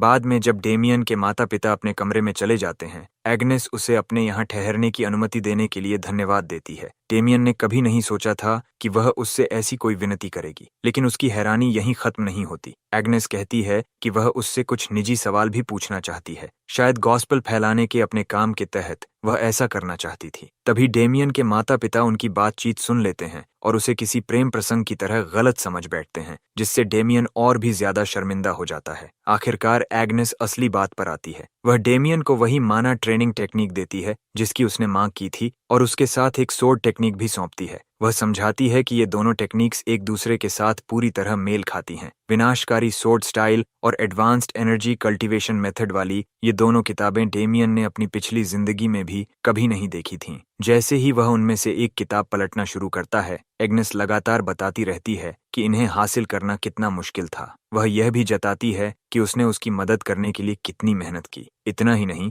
वह खुलासा करती है कि जब उसने सारी रिपोर्ट अपने मास्टर को दी तो स्वयं एज्योर फ्लेम ने भी डेमियन को पैलेडिन्स में शामिल करने में रुचि दिखाई। इसके बाद वह एक बार फिर उसे उनके ऑर्डर में शामिल होने का निमंत्रण देती है, लेकिन डेमियन हमेशा की तरह फिर से मना कर देता है। एग्नेस इस बार उस पर जोर नहीं देती। वह केवल मुस्कुराती है, कहती है कि अगर उसे कभी किसी मदद की जरूरत हो तो वह बेझिझक चर्च आ सकता है और फिर वहां से चली जाती है। उसे जाते हुए देखकर डेमियन के मन में एक ही बात साफ हो जाती है, एग्नेस सचमुच एक कट्टर फैनेटिक थी। दूसरी ओर डार्क मेज की तबाह हो चुकी गुफा के अंदर चर्च के इन्वेस्टिगेटर्स सावधानी से घटनास्थल की जांच कर रहे थे। उनमें से एक साफ तौर पर हैरान था कि उसे अब भी यकीन नहीं हो रहा था कि डेमियन जैसा एक लड़का डार्क मैजिक में प्रशिक्षित मेज को हरा सकता है। दूसरा इन्वेस्टिगेटर भी उसकी बात से सहमत था, लेकिन उसने कहा कि लेडी एग्नेस ने इस बारे में कोई संदेह नहीं जताया है। फिर भी यह पूरा मामला दोनों को परेशान कर रहा था। तभी एग्नेस खुद वहां पहुंचती है और उनकी शंकाओं का सीधे जवाब देती है। वह मानती है कि उनका शक करना स्वाभाविक है, लेकिन वह पूरी तरह आश्वस्त है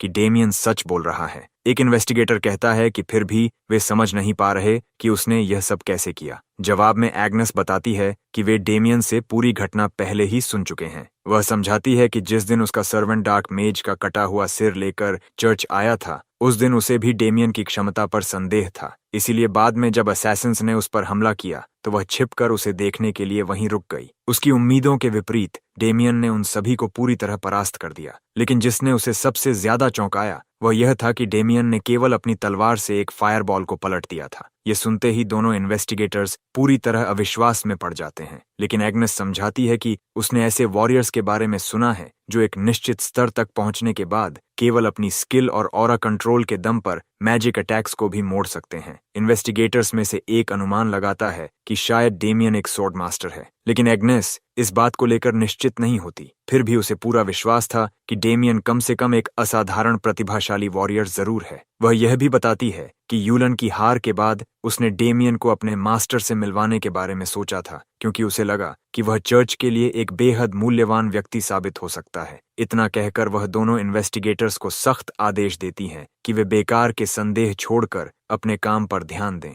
उधर हैक्सीन एस्टेट के बाहर हाउस लायन ब्लूम का एक ऑफिशियल नाइट पहुंचता है, जिसके पीछे 2 अप्रेंटिस नाइट्स चल रहे थे। वह स्थान की पुष्टि करता है और उनमें से एक युवा नाइट सिर हिलाकर उसकी बात मान लेता है। इसके बाद उनका लीडर एक बार फिर उनका मिशन दोहराता है कि उन्हें हाउस हैक्सन के डेमियन को गिरफ्तार करना है। उसके अनुसार यह काम बहुत आसान होना चाहिए, लेकिन वह साफ कर देता है कि उसका असली इरादा डेमियन को बुरी तरह पीड़ा देना है। उसके लिए यह अर्विन के अपमान का निजी बदला था। तभी उसकी नजर एक बूढ़े आदमी पर पड़ती है जो मुश्किल से चलते हुए वहां से गुजर रहा था। वह उसे रोककर पूछता है कि क्या वह विकाउंट हैक्सिन के घर का नौकर है। बूढ़ा जैसे ही इसकी पुष्टि करता है, नाइट बिना एक पल गंवाए अपनी तलवार चलाकर उसे वहीं मार गिराता है। बेचारे बूढ़े ने आखिर किया ही क्या था। नाइट के अनुसार लायन क्रेस्ट के सामने एक साधारण सर्वेंट का झुककर सम्मान न करना सबसे बड़ा अपमान था। वहीं एक अप्रेंटिस नाइट धीरे से समझ जाता है कि शायद वह बूढ़ा अंधा था, लेकिन कमांडर को इसकी जरा भी परवाह नहीं होती। बिना किसी पछतावे के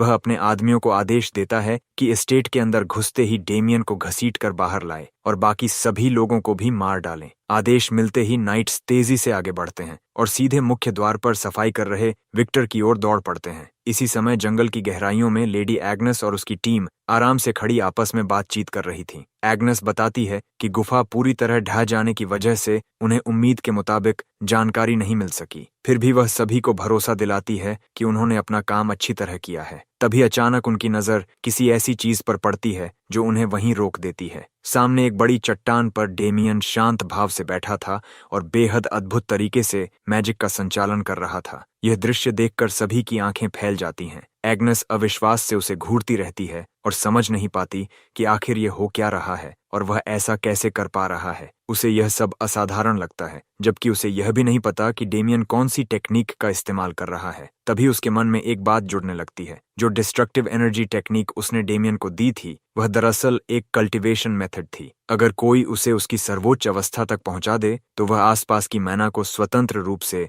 एब्जॉर्ब कर सकता है। लेकिन जिसने एग्नेस को सबसे ज्यादा चौंकाया वह यह था कि डेमियन ने केवल कुछ ही घंटों में इतनी ऊंचाई हासिल कर ली थी। जब डेमियन अपनी गहरी साधना से बाहर आता है तो नीचे खड़ी एग्नेस और उसकी टीम को बड़ी बड़ी आंखों से उसे घूरते हुए देखता है। एग्नेस खुद को रोक नहीं पाती और तुरंत उसकी ओर दौड़ जाती है। डेमियन हमेशा की तरह शांत रहते हुए उससे पूछता है कि क्या उनकी इन्वेस्टिगेशन पूरी हो गई। उसी समय वह अपने हाथ में पकड़ी बुक से बेहद संतुष्ट महसूस कर रहा था और पूरी तरह उसके ज्ञान में डूबा हुआ था। एग्नेस उसे ध्यान से देखती है और उसकी अविश्वसनीय प्रगति पर हैरान रह जाती है। डेमियन भी अब समझ चुका था कि एग्नेस ने इस बुक की दुर्लभता के बारे में कोई बढ़ा चढ़ाकर बात नहीं की थी। यह सचमुच बेहद दुर्लभ थी, जिसे हासिल करना मुश्किल था और उसमें महारत हासिल करना उससे भी कहीं ज्यादा कठिन। अपनी पिछली जिंदगी में एक सोर्ड्समैन रह चुका डेमियन अब सामान्य सोर्ड टेक्निक्स को ज्यादा महत्व नहीं देता था, लेकिन यह कल्टीवेशन मेथड बिल्कुल अलग थी। यह उसके लिए भी बेहद उपयोगी साबित होने वाली थी। सोचने पर उसे एहसास हुआ कि डिस्ट्रक्टिव एनर्जी टेक्निक, खास तौर पर डिस्ट्रक्टिव सोर्ड टेक्निक की अत्यधिक माना कंजम्पशन को संतुलित करने के लिए बनाई गई थी। इसकी सबसे बड़ी खासियत यह थी कि यह बाकी अधिकांश टेक्निक्स की तुलना में कहीं तेजी से माना इकट्ठा करती थी और जरूरत पड़ने पर आसपास की बाहरी माना को भी कुछ समय के लिए अपने अंदर खींच सकती थी। यही वजह थी कि यह डेमियन जैसे वॉरियर के लिए बेहद मूल्यवान थी, जिसे लगातार हाई लेवल कॉम्बैट में लड़ने के लिए भारी मात्रा में माना की जरूरत पड़ती थी। कुछ पल के लिए लेडी एग्नेस और डेमियन की नजरें एक दूसरे से टकरा जाती हैं और ऐसा लगता है जैसे समय ही थम गया हो। बर्फ जैसी गोरी खूबसूरत एग्नेस के गाल हल्के से लाल हो जाते हैं, जबकि डेमियन पूरी सहजता से उस खामोशी को तोड़ते हुए बस इतना कहता है कि अब रात के खाने का समय हो गया है। वह सुझाव देता है कि वे सब साथ में वापस चलें, लेकिन तभी अचानक डेमियन को एक तीखी ब्लड लस्ट महसूस होती है। उसकी प्रवृत्ति तुरंत चेतावनी देती है कि वह कीड़ा यहाँ आ चुका है। बिना एक पल गंवाए वह एग्नेस से कहता है कि उसे एक बेहद जरूरी काम निपटाना है और वह पहले निकल रहा है। वह विनम्रता से उससे कहता है कि वह आराम से बाद में लौट आए। एग्नेस स्तब्ध रह जाती है क्योंकि डेमियन अविश्वसनीय गति से उसकी नजरों से ओझल हो जाता है, जबकि उसने माना की बेहद कम मात्रा का इस्तेमाल किया था। उसी पल एग्नेस समझ जाती है कि डेमियन अपनी माना को अविश्वसनीय सटीकता के साथ नियंत्रित करता है। वह मन ही मन सोचने लगती है कि आखिर डेमियन की असली सीमा कहाँ तक है। उधर हाउस हैक्सिन में हालात पूरी तरह हिंसक हो चुके थे। नाइट लेवेंडर बेरहमी से विक्टर की पिटाई कर रहा था और उसके पेट पर एक बेहद भयानक मुक्का जड़ देता है। विक्टर जमीन पर गिर पड़ता है और दया की भीख मांगने लगता है, लेकिन नाइट रुकने वाला नहीं था। वह हर वार के साथ विक्टर को गालियां देता रहता है, जबकि गैरिक और एल्पस पास खड़े इस क्रूर दृश्य का ऐसे आनंद ले रहे थे जैसे कोई तमाशा देख रहे हों। विक्टर दर्द से चीखता रहता है, लेकिन इससे उन पर कोई असर नहीं पड़ता। तभी अचानक विकाउंट पॉल वहां पहुंच जाता है और नाइट्स को तुरंत रुकने का आदेश देता है। गैरिक उसे देखते ही पहचान लेता है, वह स्वयं विकाउंट पॉल हैक्सिन था। पॉल जल्दी से विक्टर के पास पहुंचता है और उसे अपनी बाहों में उठा लेता है। विक्टर बेहोश पड़ा था, उसका पूरा शरीर चोटों से भरा हुआ था। आंखों में उबलते गुस्से के साथ पॉल पूछता है कि आखिर किस तरह के नाइट्स निर्दोष लोगों पर इस तरह हमला करते हैं, जबकि हाउस लायन ब्लूम पहले ही हाउस हैक्सिन के साथ इससे भी बुरा कर चुका है। विक्टर ने तो उसके सामने कुछ भी नहीं किया था। तभी गैरिक आगे बढ़कर घोषणा करता है कि मार्की लायन ब्लूम ने डेमियन हैक्सिन को तुरंत सौंपने का आदेश दिया है। वह ठंडे स्वर में चेतावनी देता है कि अगर उन्होंने यंग मास्टर को उनके हवाले नहीं किया तो हाउस हैक्सिन की पूरी जमीन इसकी भारी कीमत चुकाएगी। वाइकाउंट पॉल को बदले की उम्मीद तो थी, लेकिन इतनी बड़ी नहीं। फिर भी वह बिना डरे खड़ा रहता है और इसे केवल धमकी बताता है। वह साफ कह देता है कि चाहे कुछ भी हो जाए, वह अपने बेटे को उनके हवाले नहीं करेगा, बल्कि उसे पूरा यकीन था कि अगर वह डेमियन को सौंप भी दे तब भी लायन ब्लूम उनका पूरा एस्टेट राख में बदल देगा। शांत लेकिन अडिग मुस्कान के साथ पॉल सीधे गैरिक की आंखों में देखता है और स्पष्ट कर देता है कि वह किसी भी कीमत पर अपने बेटे को नहीं छोड़ेगा। दांत पीसते हुए गैरिक कहता है कि यह मूर्ख अपने इस फैसले पर पछताएगा। उसके अनुसार अब हाउस लायन ब्लूम के नाइट्स के पास कोई दूसरा रास्ता नहीं बचा था। गैरिक अपने आदमियों को आदेश देता है कि जब तक वह बेवकूफ डेमियन सामने न आ जाए तब तक सब कुछ तबाह कर दो। विकाउंट उन्हें रोकने के लिए चिल्लाता है, लेकिन तभी एक बर्फ जैसी ठंडी आवाज पूरे माहौल को चीर देती है। वह आवाज पूछती है कि क्या इन कीड़ों ने पूरी तरह अपना दिमाग खो दिया है। उसी पल हर कोई वहीं ठिठक जाता है, क्योंकि दूसरी दिशा से गहरे बैंगनी रंग की जहरीली ऑरा धीरे धीरे पूरे क्षेत्र में फैलने लगती है। गैरिक मुड़कर उस दबाव को महसूस करता है, लेकिन उसे जरा भी अंदाजा नहीं होता कि उस राक्षसी शक्ति का मालिक कौन है। वहीं एल्पस और लैवेंडर उसी जगह जड़ हो जाते हैं। डेमियन की ऑरा ने उन्हें पूरी तरह जकड़ लिया था। वे एक उंगली तक नहीं हिला पा रहे थे। डेमियन शांत कदमों से आगे बढ़ता है, विक्टर के पास घुटनों के बल बैठता है और यह देखने लगता है कि उसका वफादार सर्वेंट अभी जिंदा है या नहीं। विक्टर की हालत पर एक नजर डालते ही उसके भीतर का गुस्सा भड़क उठता है। नियंत्रित लेकिन बेहद तीखी आवाज में डेमियन नाइट से कहता है कि उनकी किस्मत अच्छी है कि विक्टर इतना मजबूत निकला, क्योंकि अगर उसकी मौत हो जाती तो वह बिना एक पल सोचे उन सभी को यहीं खत्म कर देता। उसकी इस धमकी का भार महसूस करते ही गैरिक का शरीर तन जाता है और आखिर उसे समझ आ जाता है कि यह भयानक मौजूदगी और कोई नहीं बल्कि वही कुख्यात डेमियन हैक्सिन है, और साफ था कि उसमें मार्की तक को चुनौती देने की हिम्मत थी। फिर भी गैरिक उपहास करते हुए खुद से कहता है कि डेमियन केवल एक पागल आदमी है जो खुद को बहुत बड़ा समझने लगा है, या फिर शायद किसी नोबल को किसी सस्ती चाल से हराने के बाद उसका घमंड 7वें आसमान पर पहुंच गया है। किसी भी हालत में वह अब और बर्दाश्त करने के मूड में नहीं था। वह अपने आदमियों पर चिल्लाता है और आदेश देता है कि डेमियन की दोनों टांगें तोड़कर उसे उसके सामने घुटनों के बल झुका दो। बिना किसी हिचकिचाहट के एल्पस और लैवेंडर एक साथ आगे बढ़ते हैं और आदेश पूरा करने के लिए हमला कर देते हैं, लेकिन अगले ही पल डेमियन बिजली जैसी तेजी से अपनी तलवार निकालता है और उनके हमलों को बेदागा सटीकता के साथ रोक देता है। स्टील की टक्कर से चारों ओर चिंगारियां उड़ने लगती हैं। डेमियन पीछे हटने वालों में से नहीं था, बल्कि वह तो उस माना को आजमाने का इंतजार कर रहा था जिसे वह लगातार इकट्ठा कर रहा था। अब जब डिस्ट्रक्टिव एनर्जी टेक्निक उसके पूरे शरीर में बह रही थी, उसकी असली लड़ाई अभी शुरू हुई थी। डेमियन एक पल भी बर्बाद नहीं करता। वह लैवेंडर का हाथ पकड़कर पूरी ताकत से मरोड़ देता है, जिससे नाइट दर्द से जोर से चीख उठता है। इसके तुरंत बाद डेमियन उसके सीने पर एक जबरदस्त मुक्का मारता है और उसे कचरे की तरह पूरे आंगन के पार उड़ाकर फेंक देता है। डेमियन हल्की मुस्कान देता है। उसने कभी नहीं सोचा था कि ये गिनी पिग्स खुद ही लाइन लगाकर उसके पास आ जाएंगे। अपने साथी की बुरी हालत देखकर ओपल्पस तुरंत हमला करने के लिए दौड़ता है, लेकिन डेमियन उसकी ठुड्डी पर इतनी तेज किक मारता है कि वह कचरे की तरह हवा में उड़ जाता है। डेमियन इस बार बिल्कुल भी रहम नहीं कर रहा था। वह अपनी सारी ताकत और एबिलिटीज का पूरा इस्तेमाल करने के लिए तैयार था। तभी हाउस लायन ब्लूम का ऑफिशियल नाइट गैरिक आगे बढ़ता है और सीधे डेमियन के सामने आ खड़ा होता है। वह यह देखकर हैरान था कि यह लड़का लॉर्ड अर्विन की सस्ती चालों में नहीं फंसा। फिर भी उसे यह बात बिल्कुल पसंद नहीं आती कि डेमियन ने ओपुल्पस को इतनी आसानी से कुचल दिया। इतनी जबरदस्त स्किल्स की उसे डेमियन से बिल्कुल उम्मीद नहीं थी। डेमियन उसकी बात को हल्के में लेते हुए कहता है कि इतनी गहराई में जाने की जरूरत नहीं है, लेकिन अचानक गैरिक का रवैया पूरी तरह बदल जाता है, जैसे उसके दिमाग में सारे टुकड़े एक साथ जुड़ गए हों। डेमियन पूरी तरह उलझन में पड़ जाता है। तभी यह सुनहरे बालों वाला गोरिल्ला नाइट दावा करता है कि सामने खड़ा लड़का असली डेमियन हैक्सिन नहीं बल्कि एक इम्पोस्टर है। विक्टर को संभाले खड़े विकाउंट हैक्सीन यह अजीब आरोप सुनकर पूरी तरह स्तब्ध रह जाते हैं और उनकी उलझन और बढ़ जाती है। खुद डेमियन भी यह सोचकर घृणा महसूस करता है कि यह गोरिल्ला नाइट उसे इतना बेवकूफ समझ रहा है कि वह ऐसा नाटक करेगा। लेकिन गैरिक लगातार चिल्लाता रहता है कि डेमियन झूठ बोलना बंद करे। वह कहता है कि वह ऐसा इंसान नहीं है जो किसी जाल में फंस जाए और यह सब फील्ड डॉग्स की साजिश है ताकि हाउस लायन ब्लूम को आगे बढ़ने से रोका जा सके। वह बार बार यही दोहराता रहता है कि डेमियन असली डेमियन हैक्सिन नहीं है। सच कहें तो उसकी यह लंबी बकवास अब डेमियन को भी उबाने लगी थी।